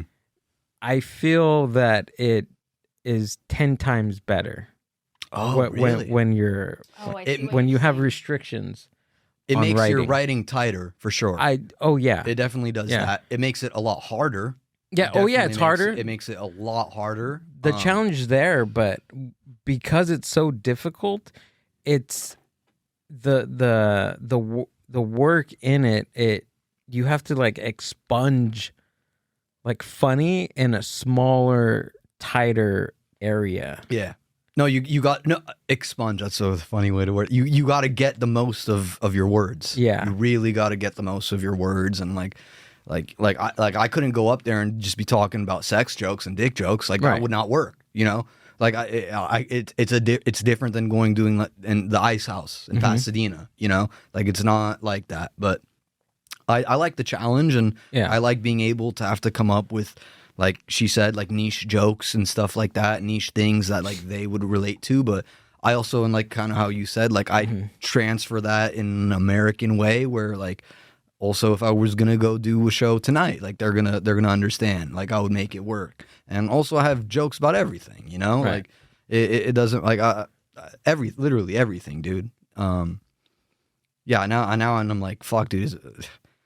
Is my girl gonna get mad about these jokes, dude?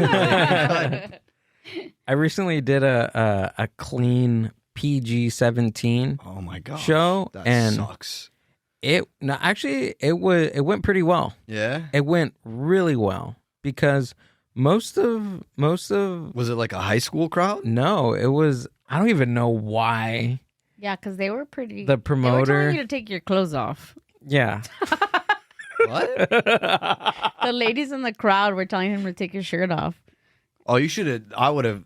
Yeah, you should have. Yeah, but I was. In hindsight, now I know. I told him the same thing. I was like, "Why didn't you take your shirt off?" He's like, "I got embarrassed." Again, we're at the end of the day, bro. We're entertainers. No, I know. Like we have to do the John Cena shit. We have to do all that. I think because it was his first time happening that he was like, "Yeah, it caught me off guard." Like, no, come on. Like nobody asked me to take off my shirt. Not even Besides, me. Amber doesn't even ask me.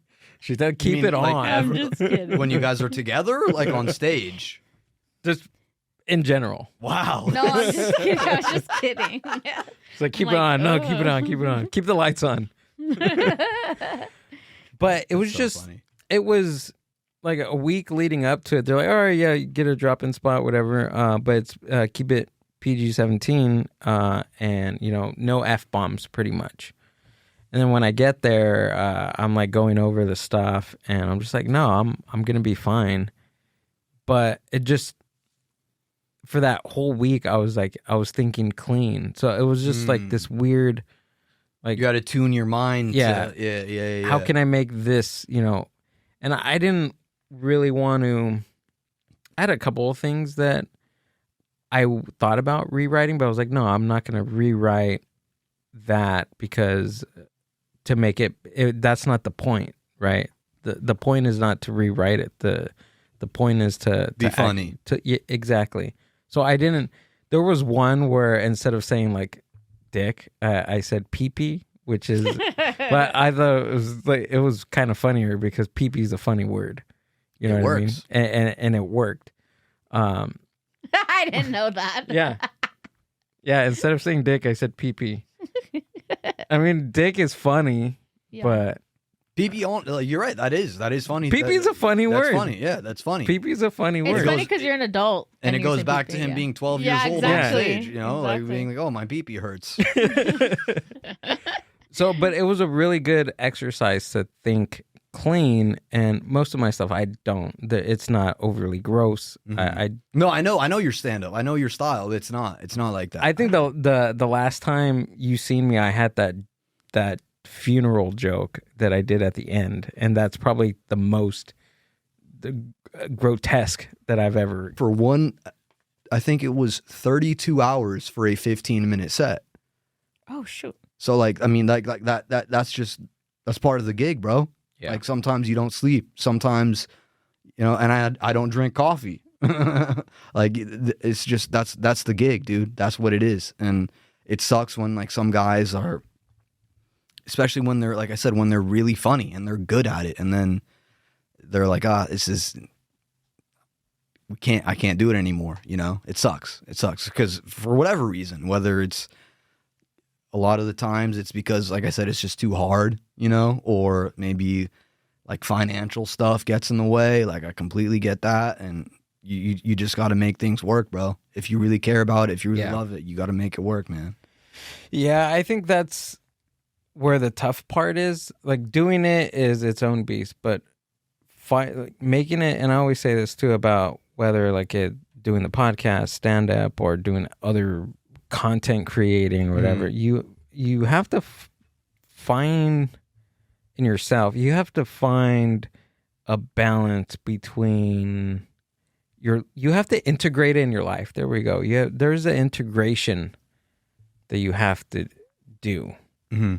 To fit it in your life, because if that integration or if that whatever you're doing doesn't fit into your life like organically, or you're not trying to fit it organically, it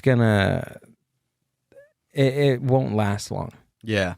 No, man, you have to, like you said, you have to live and breathe it. Yeah. You have to, bro. Right. Or otherwise it's just not only is it going to last long, it's not going to work. It's just not going to work, man. And I don't know what your goal in it is, but I know my goals, and I'm working for those. You know what I'm saying? And like that's all.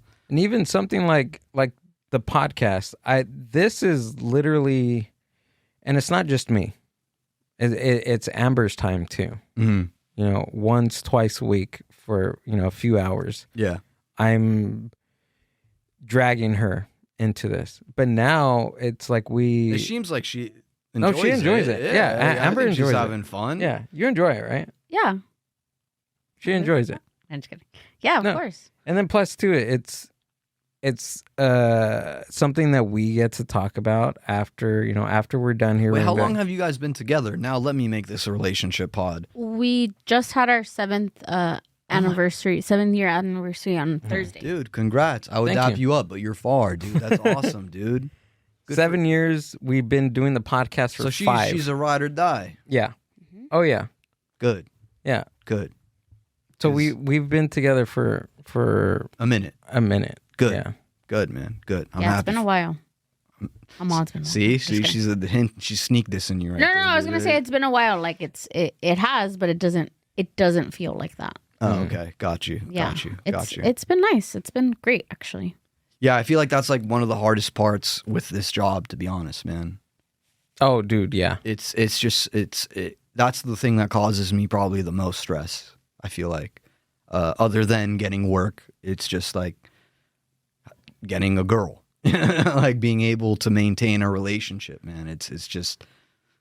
Cause I think it's hard, and I think this is a conversation we've had before. I'll tell you, it is hard. Yeah, it is. It is hard, and that's a conversation I think we've had before. Was I don't know if because he hasn't, for as long as we've been together, he hasn't been doing comedy. We got together, and then a couple years later, he started comedy. Got you. Yeah. So that means you're even kind of more of a ride or die. Yeah, because it was from like nothing to now. Exactly. But I don't know if now, like if I met him now, you would do it. Would I? Yeah, and not because of like the obvious. These fucking girls, bro. No, not because See how they of work the it in there, dude? Obvious reasons, but like for me, and we've talked about this on here before, is that I like my alone time.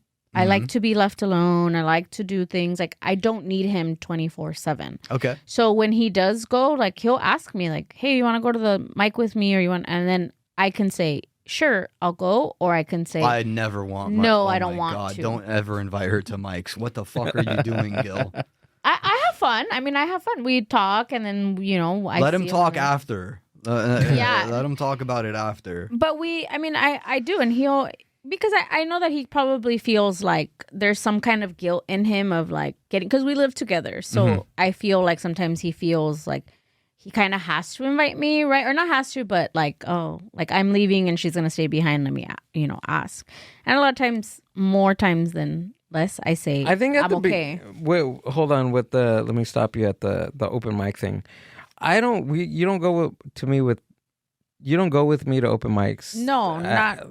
I think the first year, she went maybe just to be like, what is this about? You know, like what's going on? Like what does this even mean? Yeah, and then after that, you're just like, I don't. Yeah, I was like, I don't want to go to. Yeah, but no, like, don't. Like shows, she'll go to a show if I tell her, oh, it's a new place, like it's these people that we've had them on the podcast. Do you want to see them again? Do you want to see their stand up?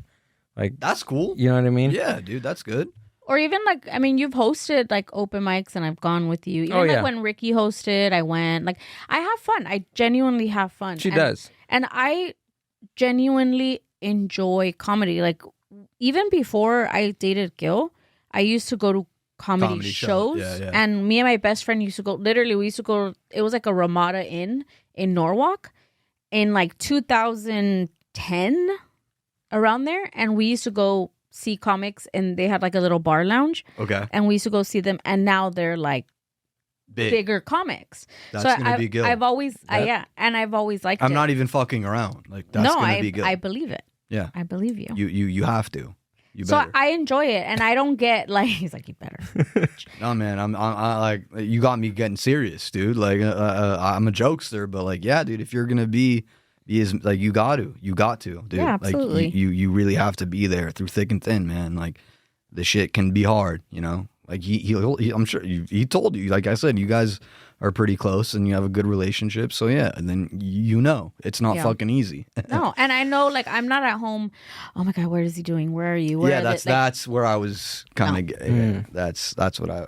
And then it sucks sometimes. No, I know, and I get it. Like I want to understand that aspect of why it happens. Oh yeah, so does my girl. But I can't let it consume me like that. You can't. What am I going to do? Be at home and thinking that every second. Literally, him and I go and do work for 15 minutes, tell jokes. I have a beer, he'll have his fucking water or coffee, and then we go back to you. Yeah, that's literally it, dude. Like, we just want to do stand up. Like, and there's nothing in my mind that's like, oh, that's not what he's doing. Like, it's just that's not who I am. That's why I'm saying, like, that's good that you met before he started, because like when you meet somebody as a stand up, it's like, what the fuck do you do? Like, you know, like what, how, where? Like, you guys doing stand up and the way that you do it, the times, the everything, and even just like the idea of stand up to someone that doesn't understand thinks it's like crazy work. No, like, what the fuck? Why would you put yourself out there? Yeah, like, yeah, I know. But it's you drive wait, hold on. You drive an hour away from where you live. You wait another 2 hours. Or more, yeah. Don't get paid. You don't get paid, and you're just up there for 3, maybe 5 minutes. 5 minutes. That's crazy, dude. Yep. And it's a crazy thing. No, dude. We're a interesting breed, I would say, man. Yeah. I don't know, but wouldn't change it for anything, man. I want to die with a mic in my hand, bro. Like, I don't know. I think it's commendable, honestly. And to me, anybody that has passion like comedians do, it's like you have my respect, because it takes a lot to do what you guys do, and especially to get up there and have people like scrutinize you, or like these things, like some people laugh, some people don't, and it's just like vulnerability, like that's commendable, honestly. Appreciate it. All comes with the gig. Yeah. Part of the job, man. It's just part of the job. I just did that question that I asked you like a few moments ago about the allowed table versus. I knew you were gonna go back to that. Before hecklers. I just experienced that like What did you have? Last Friday. What did you have? Loud table. Was it girls? It was right, older. It was either girls on like dates, like a date, or like just single girls. It was out. older women and then a couple.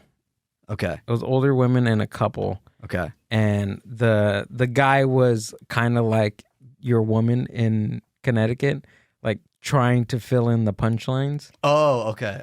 But you know what? Joke. Was it to everybody's? I was just gonna think. I was like, he thought he was the funny man. No. He thought he was the funny man. Yeah. Right. I know what you're. Remember I told you the first comedian, he said his punchline, and then the comedian's like, "Oh yeah, I'm getting there," he said. And I was like, "Ooh." Also, don't like that move by the comic, but still, that's okay. That's okay. He's pretty new, and honestly, it was something that I was even like, holy shit. Like, it was you'll learn to deal with it. Yeah. He'll learn to deal with it. Right. So tell me about your situation, bro.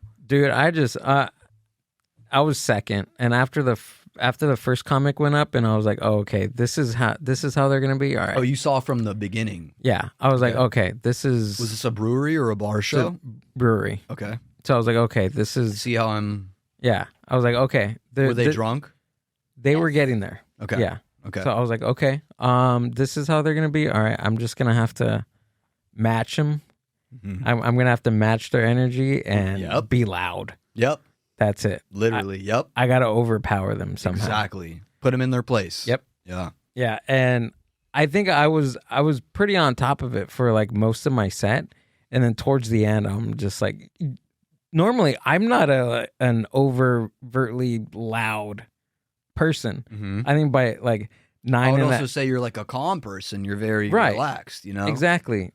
But and on stage, your presence is the same. Like you're not out there like fucking like Chris Rock, like fucking pointing and you're not doing all that, you know. So I was like tired. Like by 9 minutes, I was just like mentally tired. Like, oh my god, these people, they really were annoying you. They were, yeah. They didn't really annoy me. I was kind of having fun with them. Like towards the middle, I was having fun with them. I have this joke about like my dad, dying or whatever, and I think I've heard the joke, but forgive me, I don't remember. No, it's exactly.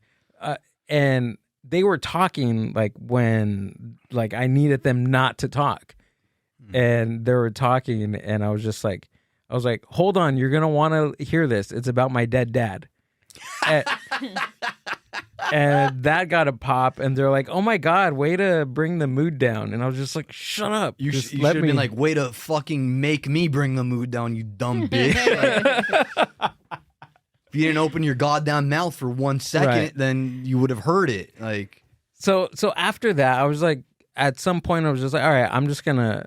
You want me to talk to you? All right, cool. Let's That's go." The only way you could deal with it, bro. Yeah. I was like, okay, I'll talk to you. You What's have up? to. It's like materials out the window at that point. It's just, we got to just riff and do crowd work now. At some point, I that's exactly what I thought. I was just like, you know what? Okay, whatever my set list was of the night, gone. Out the window. I'm going to talk to you guys. Yeah. So I just talked to them. No, like that's the being rest of professional, dude. You have to. Yeah. Sometimes it's like that, bro. Especially a bar or brewery show. Of course, dude. Right. Of course, man. But no, I never like dealing with that. never like it. But I don't know. A heckler is easy to. I don't know.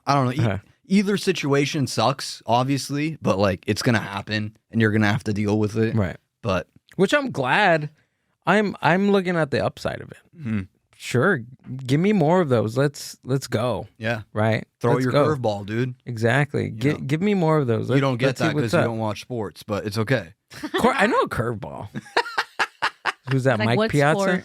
Mike Piazza is a curveball. Right. I'm pretty sure Piazza's a catcher, but it's okay. You're good, Sanders, Emmett Smith. Emmett Smith doesn't matter, bro. Doesn't matter. It's okay, man. He's from the Cowboys, actually. Yeah, I was gonna say. You're thinking of a tight end or something. I don't think that's a He picture. can't talk sports, but he could make a hell of a spreadsheet for you. Yeah, Yeah, I could do that. hell yeah, dude. Yeah, he's smart. I know he is. Well, with a very computer, I mean, you could do anything with the spreadsheet. No, give yourself some credit. You're smart. You could do everything with spreadsheet. I'm smart and I don't do spreadsheets. So I live on spreadsheets and email. As you can tell, you DM me, hey, are we doing the pod today? I was like, dude, didn't you read the email, Vic? No, I got the email. No, I got the email and it was in my calendar. But I'm like, just text me. Like I'm more of like a just text me guy. Like I like that, dude. I like it. Yeah, like I'm more of like if we're like you're my boy, I consider you my boy. So like, just fucking call me. I'm gonna call you, dude. Just call me and be like, hey, by the way, the pod's today. Like that. Right. That that was all. So I'm getting into. Go ahead. Oh, I was just gonna say, I'll ask him sometimes, like, hey, can you print something out for me at work? And I'll text him, and I send it through text, and he's like, can you email it? And I'm like, motherfucker. So just so you get a perspective of. Bro, I used to work for T-Mobile, and I hate the fucking like these phrases that kids use now of like but like I'm there now. It sucks, dude. Like You're an dude, I had my phone in airplane mode for like 15 hours today, and I didn't know. That's not a joke. You're like, why isn't anybody texting me? No, I was getting texts because I was on Wi-Fi, but like I don't know if I got calls. I looked at my phone and it was the orange fucking airplane emoji, and I was like, what the fuck? Why is that there? Yeah, I'm not on the airplane. And yeah, I worked for a cell service company for a while, and like still don't like dude. I don't know shit, man. It's dude, can I tell you a story? Go for it. Last night, bro, I had a full white girl spaz, dude. Full white girl spaz. Just Amber said she's more white. You feel more white? Is that what you said or no? Me? No. Okay. Like, hell no. I'm just kidding. I'm just kidding. But yeah, that's along the lines of Amber. Name things Amber wouldn't say. But it's okay. I said that today. I'm white. Go for it. I feel white. It was you that said that. Could so be. I feel like somebody was like, yeah, I feel like I'm like whiter or whatever. Like Gil probably. Gil, yeah. I had like a full white girl spaz last night, dude. This is why also I'm like hesitant to the cans. Like why I don't love the cans because I don't trust myself with them, dude. I was wearing in-ear buds, okay, which is rare for me. I'm always I'm a Beats guy, dude. I use my Bluetooth Beats, my studio Beats. They've been loyal to me for 6 years. I've gotten 3 of them. Like they work, dude. The noise canceling. This is not even an ad, dude. But like, yes, that's me. And I went to go wash my face last night, and I had the plug-in earbuds, and I just swiped my hand, and my phone fell in the toilet. And I just fully spazzed. Like I just like immediately like thank Christ it was my toilet, like the one that I use, not like a fucking shitty comedy club or something like that, like or a bar or something. It was my toilet.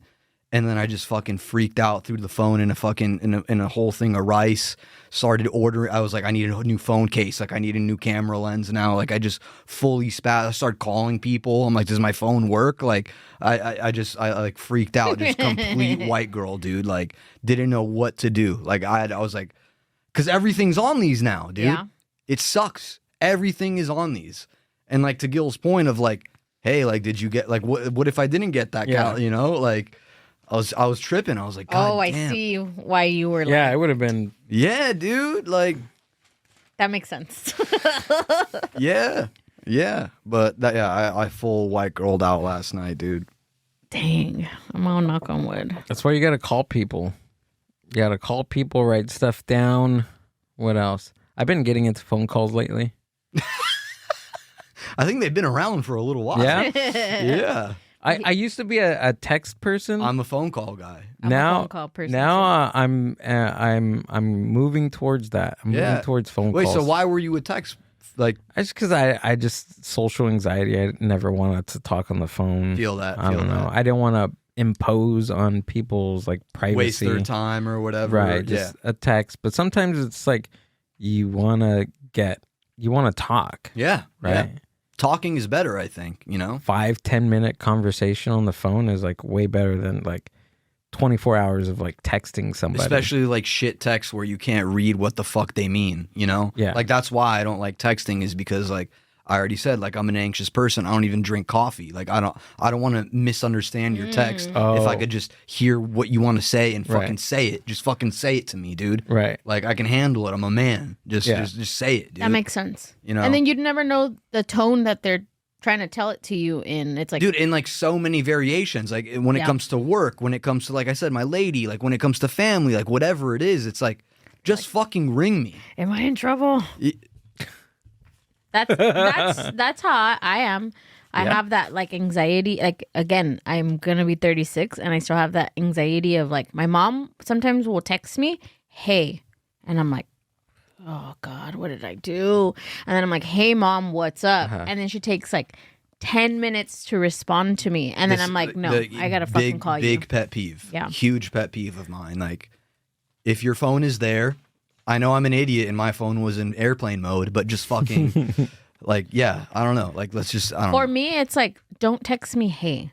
Text me, hey, I'll are say, you blah, blah, blah, blah, blah, blah. In one thing. I don't like the, like, hey, and then leave me hanging, and then, like, peace, peace, peace, peace. Is that something you do? No. Oh, okay. No. Again, I'm trying to tell that she sneak dissing you or not, But what I'll do is like I'll be like, hey, is it okay? Like, can I ring you in like 10? Like, are you free for a call in a little bit? That is like my way. Oh yeah, that's good. I'd rather do that than text back and forth meaningless words over a fucking screen. Like that doesn't translate as well to me. I just had that not too long ago. I got booked for this Halloween show, for this Halloween punk show, and they want to MC. They want me to MC it. Yeah. And hell yeah, dude. They want like an Elvis impersonator. So they want me to do Elvis, but still do like comedy. That's an interesting gig, right? So I was just like, you know what? But MC as wait. So they want me to MC it, but they're like, yeah, you can do some crowd work if you want. The bulk of the work is just MCing it. Okay. But they want me to do like an Elvis thing, which I'm all in. Sure. Because I've been. That's just like a clash of like 3 different worlds. Yeah, I've been stand up, punk, and Elvis. That's a lot. Well, so let me get there. So I've been wanting to have a reason to get an Elvis costume for like the fuck does that mean? The last couple of years. It's true though. Why?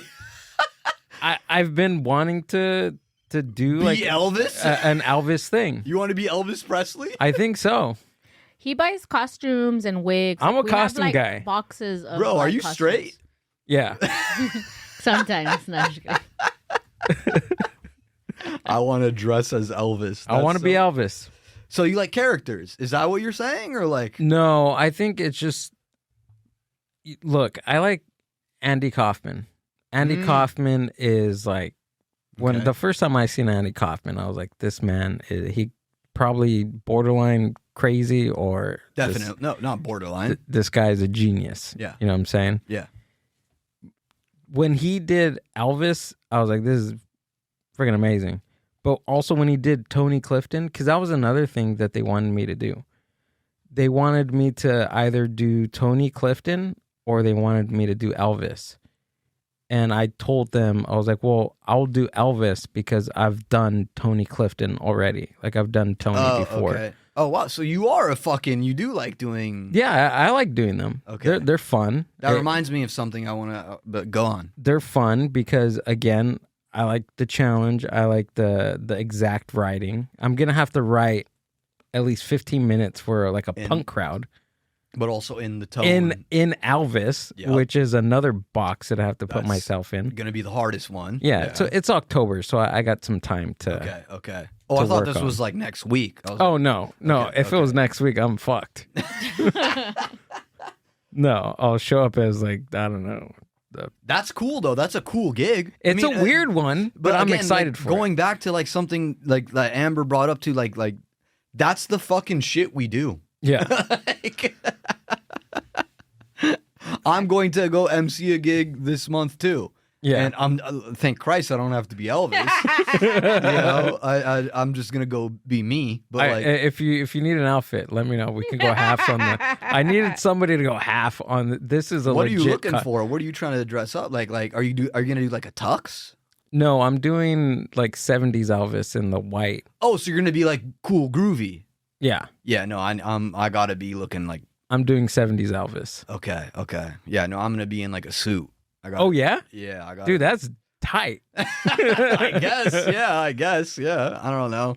It'll hopefully it'll be fun. But yeah, it'll be fun, dude. It's gonna be like my first time doing like media. I'm going to like cover an Albanian event and like be like a personality basically. Nice. Just like interviews and cover just the event. Yeah, just go out and that's cool. Yeah, no, it'll be interesting. But again, yeah, that just the gigs that we get, man, every now and then. They're fucking. I used to do open mics in the fucking back of an alley of a Mexican restaurant, man. So like being able to go to Vegas and do a show and all that, it's awesome, man. It's fucking sick. I forgot what we were talking about before I brought up the Elvis thing. Don't know. Can you pull this up real quick, Amber? Well, sure. I just want. I don't know if you've seen this, and I want Gil to see it, and you too. Can you pull up "Cop on Boston Slide"? Is it on YouTube? It'll be on anything. It'll be on Twitter, on YouTube, Instagram, whatever. I mean, they could have said, "Hey, be Michael Jackson." I would have been like, "All right, bet." Oh, that reminds me of another thing. Hold this. Oh yeah, okay, yeah. Any of these. It almost hurts to watch. Oh my God. A police officer is okay, taking this a one quick sucks break, because heading it's down a inside popular edition. slide. I'm gonna do like a. Ouch! It's like he's shot out of a cannon. Bro, look at that, dude. You want me to do like one of these? Do that one, yeah. Do that one. Yeah, this one.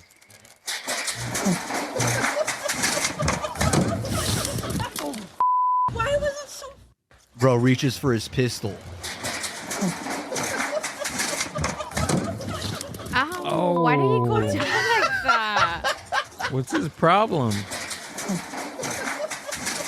You could just hear him like jingling. That's my favorite part. That's my favorite. He literally bangs like 15 times on the child slide. Like what the fuck? Like it's like he's wearing a velour jumpsuit. Like how the fuck? Why did he do that? Why was it so? She's all why was it so? Dude, his clip falls out, and I swear he reaches for his pistol. The next dude, that guy pulled over, bro. Oh yeah. Absolutely.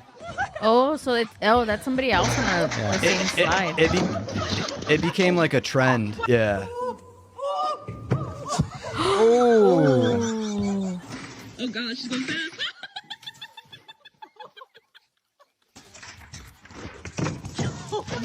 Yeah, they all get shot out fucking face down, which is hilarious. Yeah, that's dude. Weird. Why? I don't know. How does I that think it just spins them around or something. The guys at MIT are just doing some crazy shit, bro. They need to fucking relax, man.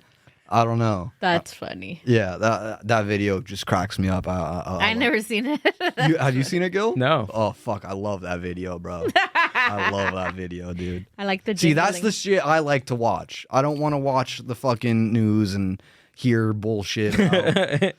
I like to see. You want cops coming out of shooting out of. out. I like laughing at people of power getting fucked. Yeah, I think that's funny to me, I guess. That's funny. These are awesome, dude. Where'd you find this? I mean, this was viral. Oh, it was? Yeah, this went viral. Oh, man. It's just one of my favorite clips ever. Like I'll watch this if I'm having like a rough day and just be like, yeah, dude, fuck you. Like, That's funny. yeah. Woo! This is going on? awesome. Huh? I'm like, what's going on? No, I thought you were going to play it again. Oh, no. You I want could me to- watch it all day, You dude. want me to play it again? No, No. you don't have Oh. to. You don't have to play it again. It's okay. I could watch it nonstop, man. But no, like I want to hear a little bit. I feel like I've been talking a lot, man. Like I want to hear you. What do you want to... What do you talk about typically on here, man? Like you really just go back and forth Yeah. with Amber? Yeah, Yeah. yeah. That's awesome, dude. Like that's seriously cool that you can have a pod with your lady and like she's cool about it. Well, you have a podcast too, right? Yeah, and I have a podcast, but I recorded this morning, but like it's just me. I just run it. Dude, so. how's that? How is doing a... That's actually kind of funny you ask, dude. But okay, go ahead. Finish your question. No, Sorry, I didn't mean to how cut is you it? off. How is it doing a podcast? I don't get fucking messages from listeners, so I don't know, but they're all hateful ones. So, how is it doing a pod? I fucking love it, dude. Yeah. It's like I started the podcast before I started stand up. Oh, okay. I was doing the Oh, podcast. sweet. Just like me. Yeah, Yeah. I started doing EMP early morning podcast during the pandemic. Like I would just be like, man, like life sucks. Let me just like fucking try to just rant and make something funny and put it out on the internet, basically. But it's hard, dude. It is like it's kind of like a job, dude. It really is, you know. Like I mean, I got lights like this. Like, I don't have a 3-camera setup, but like I have what I have. I try to keep it simple, but I stopped doing it for like about 8-9 months because I felt like it got stale. I felt like I do a one-man pod. It's just me, and like I try to have guests on, but I'll be honest with you, man. Like sometimes when, especially comedians, they see that red light turn on and they get weird.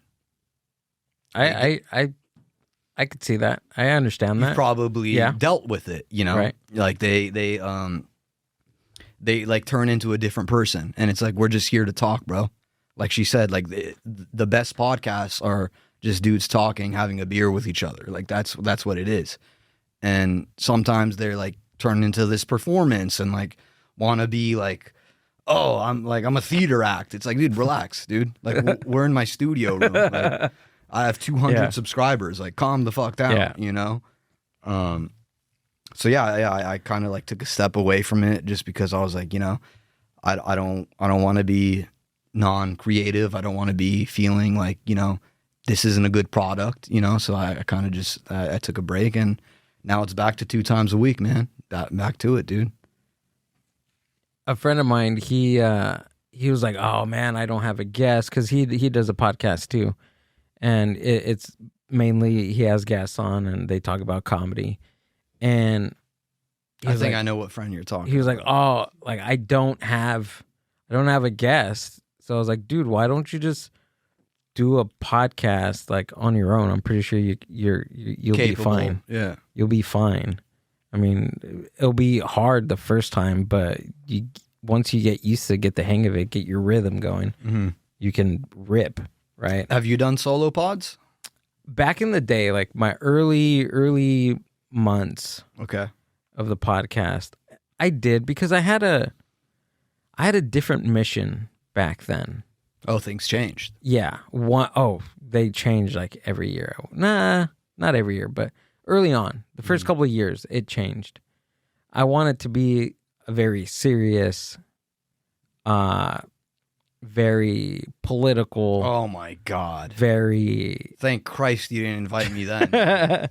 Very political, very social conscious type of what the fuck? psychedelic. Gil? Really? Yeah, it was Really? it was just like weird thing where like I want it to be educational, like very. You learn something. You learned about That's awesome. psychedelics. These are all great things. Yeah. He was just like, "Oh my god!" But, like, learning stuff. Ew, ew. Don't invite me then. I just didn't see you to be like that. Really? Yeah, man. I didn't. I think the psychedelic part I get for sure, but like the being like I don't see you as a political guy. I don't see you as like wanting to like influence the youth. You know? Yeah. Like, right. You tell jokes, bro. So it was. It started off like that. Amber, why are you taking? Don't write a bad thing about that, okay? It was starting off like that, and then I was just like, nah, this is dumb. I can't. This is not me. Like I can't. Yes, that's this what I'm saying. Is terrible. Yeah. Right? Yeah. Was it dumb? No. It wasn't. No, it was weird. It was. This is not me. You know what I mean? This is not me. I can't. I don't think you wanted to like, because I was there. I bought him his first mic for Christmas when he said he wanted to start podcasting. Okay. So I was like, all right, cool. I got it for Christmas, like do it. I think what you wanted to do was still have conversations about things that were happening, but he's very into like self-help books and he likes reading. Like that's something that we both share is reading. We both like to read a lot. Really? And I think that was what it was more like a conversation of different topics and his take and book takes and things like that. So it's not necessarily like, hey, I'm this guru that knows it all type of thing. I think that's where it was. But it wasn't working because it wasn't as organic. It wasn't as natural as having just a conversation. It was Got you. I was kind of like doing a lot of like trying to emulate the videos that I watched on YouTube, but turn Jordan that into Peterson and stuff. turn that into like a podcast. But it just never.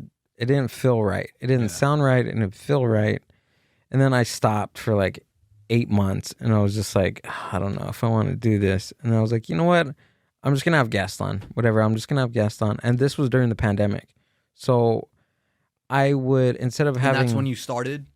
So I started pre-pandemic with 2 of my buddies. They'd come over to my house. We record just audio and okay, no video. Gotcha. no video, just audio. That's how I started too. We just talk and we talk about psychedelics and drugs and like just our experiences and trying to talk about experiences. Were you trying to do it in like a way of like like look at life like this, or were you being like, oh yeah, I took shrooms like Coachella, like what? Like so stories like that. Okay. That's how it started. So I was like, okay, I was very into that culture, like back in the day, right? Back in 'Cause I was gonna say, again, 2019, like- 2020, Okay. right? Super into that culture, hippie culture. Psychedelic culture, history, all that good stuff. So that's what we talked about. Got you. And throughout that, I was just like, okay, this is getting kind of... The pandemic happened. My buddies they didn't come over because of the pandemic stuff. Obviously. So I was like, you know what? I'm just going to start reaching out to people on the internet and do it that way. So I learned how to do the whole internet Zoom. It wasn't Zoom back then. It was Riverside FM. I need to go to the restroom. Yeah? Yeah. Okay, go for it. Keep going, but it's only be on camera. I'm sorry. Go do what you got to do. Go for it. So I would do that, and I got people from, I don't know, just random people on the internet to do the like Zoom call-esque type of thing. Podcast. And then I did that for a very long time. Really? Until I was like, okay, pandemic's over. I've been doing this for a year and a half, almost 2 years. Let's get real. Let's get real. People. Let's get some people. Yeah. So I Googled or looked into how to do like video podcasting and tried web cameras. I tried iPhones. Mm-hmm. I just tried all these different... Again, this is being a hustler, dude. Exactly. This is the grind, bro. That's the grind. Tried different ways on how to do it. On how to make it work. Mm-hmm. Yeah. And then one day I was just like, okay, I got these cameras. Like how I remember the first time I seen the Rogan Experience, Mhm. and I was like, "Who's doing like the camera?" I convinced myself that was like AI. Yeah. For some weird reason. AI wasn't even big back then, and I was like, yeah. "There's this weird." It was young Jamie. Right. I was Yeah. like, "No, this is weird, like computer shit where every It picks time up your voice and then it. Yeah. I thought No, I think they do operate that way now. I think there are a lot that do work that way. I'm man. pretty sure now. Yeah. Right. Now they, as soon as they hear one mic get picked up, the camera just goes on them. Exactly. Yeah. Yeah. So, but this was like 5 years ago. So I was like, there's nothing like that. And that's when I presented that to Amber, and I was like, okay, this is what I want the product to look like. And the only way that it can be this way is if somebody is switching the camera. Oh, so she's switching in between? Yeah. Oh, okay, Yeah. okay. Everything that's happening now, super meta right now. It's okay. It's okay. Yeah, it's okay. Everything that's happening, well, not now because she was in the Yeah, restroom, yeah. but she's switching life. She's okay. She's okay. switching life. Yeah, no, yeah. I mean, like I said, not to glaze, but dude, yeah, you got a really good setup here, bro. Thanks, You got a dude. very nice setup. Well, it's taken a long time to get here. As it should, bro. If you want to make it like how you want it to be, it should take time, Yeah, but I mean, that's it never ended up like I never thought it was gonna be like, okay, I'm gonna have like my own space. Next door, I was gonna have that space. Like I never really planned it that way. It just kind of, dude, things happen, bro. Things happen, and you just gotta take it for granted, bro. Yeah. Like, oh yeah. You gotta just accept it and be like, I'm gonna work for it, man. Like that's what it is, man. Exactly. Or not take it for granted. Rather, you just gotta be like, oh, this is what I was given, and this is what I'm gonna do. I was like, oh, they're gonna able to see you on the camera, but no. Oh, does she try to stay off cam? Oh yeah. Amber doesn't like being on camera. Oh, got you. Even though we get so much. We talked a lot of shit about you, by the way.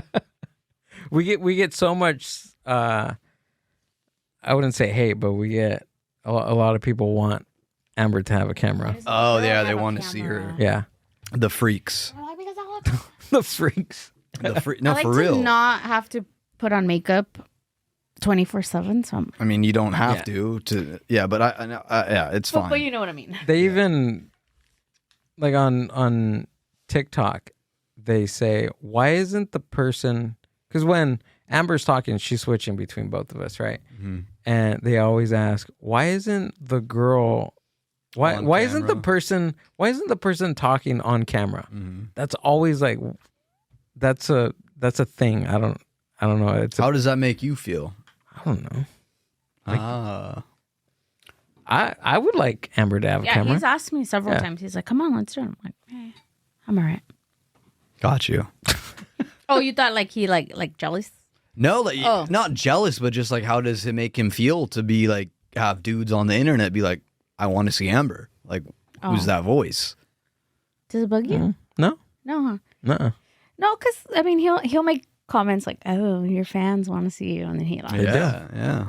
Yeah, fans. Sure. Look, I'm all fuck off, everyone. She's being humble. I like it. I like that. Good woman. Yeah, but that's kind of the small history Of how it started and all that. Yeah, it never. I wanted it to be a serious thing. Sometimes we get serious on here. Yeah. Sometimes it's pretty. It gets Dude, pretty. If you want to deep. get serious, bro. I feel like we got a little bit serious. No, yeah, we did. No, I'm saying it does. It gets serious. We talk about stuff that happened, like my childhood, Amber's childhood. I mean, as much as the guest wants to. I'm down for whatever, get deep, bro. Yeah. You know what I mean? But, because I think like, especially when we have comedians, like sometimes we have comedians like one after the other, right? And although not everyone has the same shared experience, but I think what you guys, when we see you on stage, we see, the funny guy, the person that's making us laugh. But it's like, sometimes it's nice to come on here and actually get to know who you really are as a person, because off stage. Yeah, and I know how you said, like, you know, you're always thinking funny, you're always thinking comedy and things like that, but the reality is, like, you know, you have other interests. Yeah, I have you bills are to other, pay. Like, there's other things to you than just comedy. Yeah. And that's what we like to, you know, kind of divulge in. Yeah. Mm-hmm. Okay, yeah. What else? What the fuck? I feel like what did we skip, dude? No, we checked all the boxes. Hell yeah. We got you vulnerable. You got did you get thinking. me vulnerable. You did. How you got into stand up? Yeah. Your Why family. you do stand up? Huh? Why you do stand up? Family. Family. There you go. See, I guess so. I guess you did cover the we topics. we weaseled it in there. That's a professional. That's What- how you do it. What you watch on your spare time when you're having a bad day? See what you asked earlier, if I was like into like the audio thing, and then I was like trying to explain to you what I do. That's what I do. What do you mean? Help lead the conversation. Oh, open it up, got you. add elements in there that's not just like Got you. Sometimes I'm thinking about what I'm gonna have for breakfast tomorrow, and I'm zoning out, and Amber goes in and, you know, asks the good question. Happens. And I think that that's what I appreciate the most, is that he doesn't see, because the podcast, I mean, ultimately was his, and then he asked me, and you know, No, it's hers. no, it's not mine. But what I'm saying is, like, I'm appreciative that he lets me come on here and talk, and it's not like, Hell yeah. don't say that. Why did you say that? Why? Like, it's At the beginning, that's I did. never, that The at first- the beginning, maybe. The first time that you helped switch the cameras was, and it was like one of the, oh my God, it was, It's let me because tell you, dude. he is, I don't know if he is now, but he is very macho leaning, like how do you say it in Spanish? Machiste? machista, like Machista, like very like manly, women very- should not be in the manly. kitchen and not here, and his views are very, very. What does that have to do with switching cameras? Well, that's the thing that he, but no, the thing is that online, because we didn't know him like you know, but online he goes and he rants about, like, you know, where women's things are. So Gil was, I guess, a little nervous on like Having him he on. didn't want the guy to like say something about me or say something to me that I'm going to react. Like, he didn't know the interaction that we were gonna have, all three of us. I honestly, that's always, I wouldn't say that's always in the back of my mind, but I'm just like, I don't let it influence me when I'm booking somebody for the podcast. Honestly, Yeah, dude, if I was you, I'd have a pistol on me. And you're just inviting dudes. well, dude, we used to do it in my. because I mean, like, because that's your lady, man. Oh, Like, yeah. Yeah. like if a dude, I don't know what this guy was like, you know, but like if you, I'd be like, yo, dude, I got like 10 bullets here for you. 10. No, he ended up not being as bad as we thought, and But just the idea. Yeah, of the that. idea. I don't want to bring up a bad. Oh, thing. no. Yeah, No, you're good. I don't want to No. do that. No, but just the idea of that. But I also do think about it when we book people for the podcast. Not only how our interaction is going to be, but ultimately, like Amber's too. Amber's she's a co-host. She's a co-host / producer on the show. So that always Factors in. Yeah, factors into like when I'm booking people. But most of the time, I don't let it influence who I choose to have on the show. Got you. Yeah. If anything, I like a little tension to be there, right? That's why, like, going back to the beginning, like I don't know, like I could never. I don't know, man. I don't know. Maybe one day, but like right now, I don't know. But I respect the fuck out of it that you guys can do this. That's sick. it's dude. not easy. It's not. No. It's not, and it's Nothing not is for- easy, dude. yeah. Nothing is fucking easy. and it's not for everybody. No. Entertainment is not for No. everyone. Like, And because it works for us doesn't mean that it's gonna work Yeah. for somebody else. And Sure. it's just like, no, it doesn't. Yeah, I mean, most people say, "Oh man, it must be really cool to have your partner like help you, your girlfriend, your boyfriend help you with like your project." Mhm. But it's not easy. Fuck no. It's cool. Like, don't get me wrong, it's really cool, but that cool outweighs, or sometimes the uncoolness of it Can sometimes be Can- stressful. can take over the coolness of it, Yeah. I feel that, dude. I feel that, man. you know? But that's life, man. That's life, bro. It's not easy, dog. No. That's why we grind, bro. And that's Vic. why you got to ride or die. Thanks, man. I really appreciate it. And thanks for coming out and doing the podcast, brother. Thank you for having me, my man. Dude, I had this a was great awesome, fucking bro. time, dude. You have fun? I had a great time. Yeah? Come on, are you crazy? Shout out Amber running 1s and 2s and everything. I know, Thank man. you. Tell us where we can find you, what you got coming I up. should have that prepared, huh? No, you're good. You're good. Um, You got a minute and a half. Oh. Well, you got a couple of minutes after, so you're good.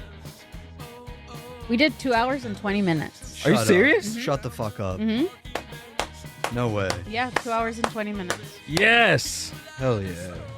We haven't done that long in a while. Hell yeah, dude. You got to come back in next couple. Hey man, I could keep going too. Dude, so can I. I got nothing else going on. That's why I had to take the restroom break. Yeah, I 'Cause was know, like, you've oh, I'm never- sorry. I didn't No, mean. no. I didn't. Don't even. It's not your fault. We got to get that third camera set up so that way Mm-hmm. when that happens. I Because mean, it doesn't happen often, but I know, but when. Dang. Awesome.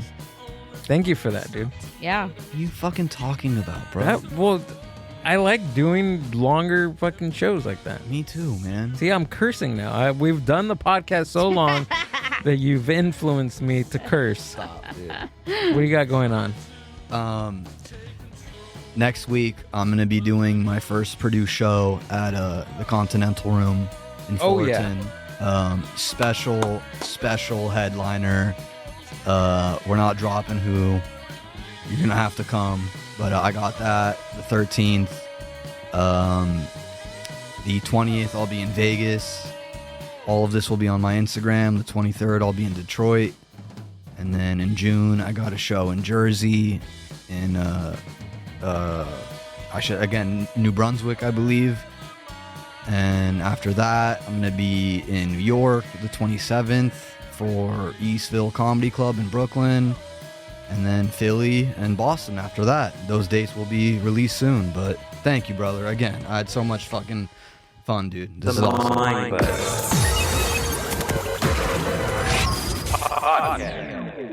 Yeah.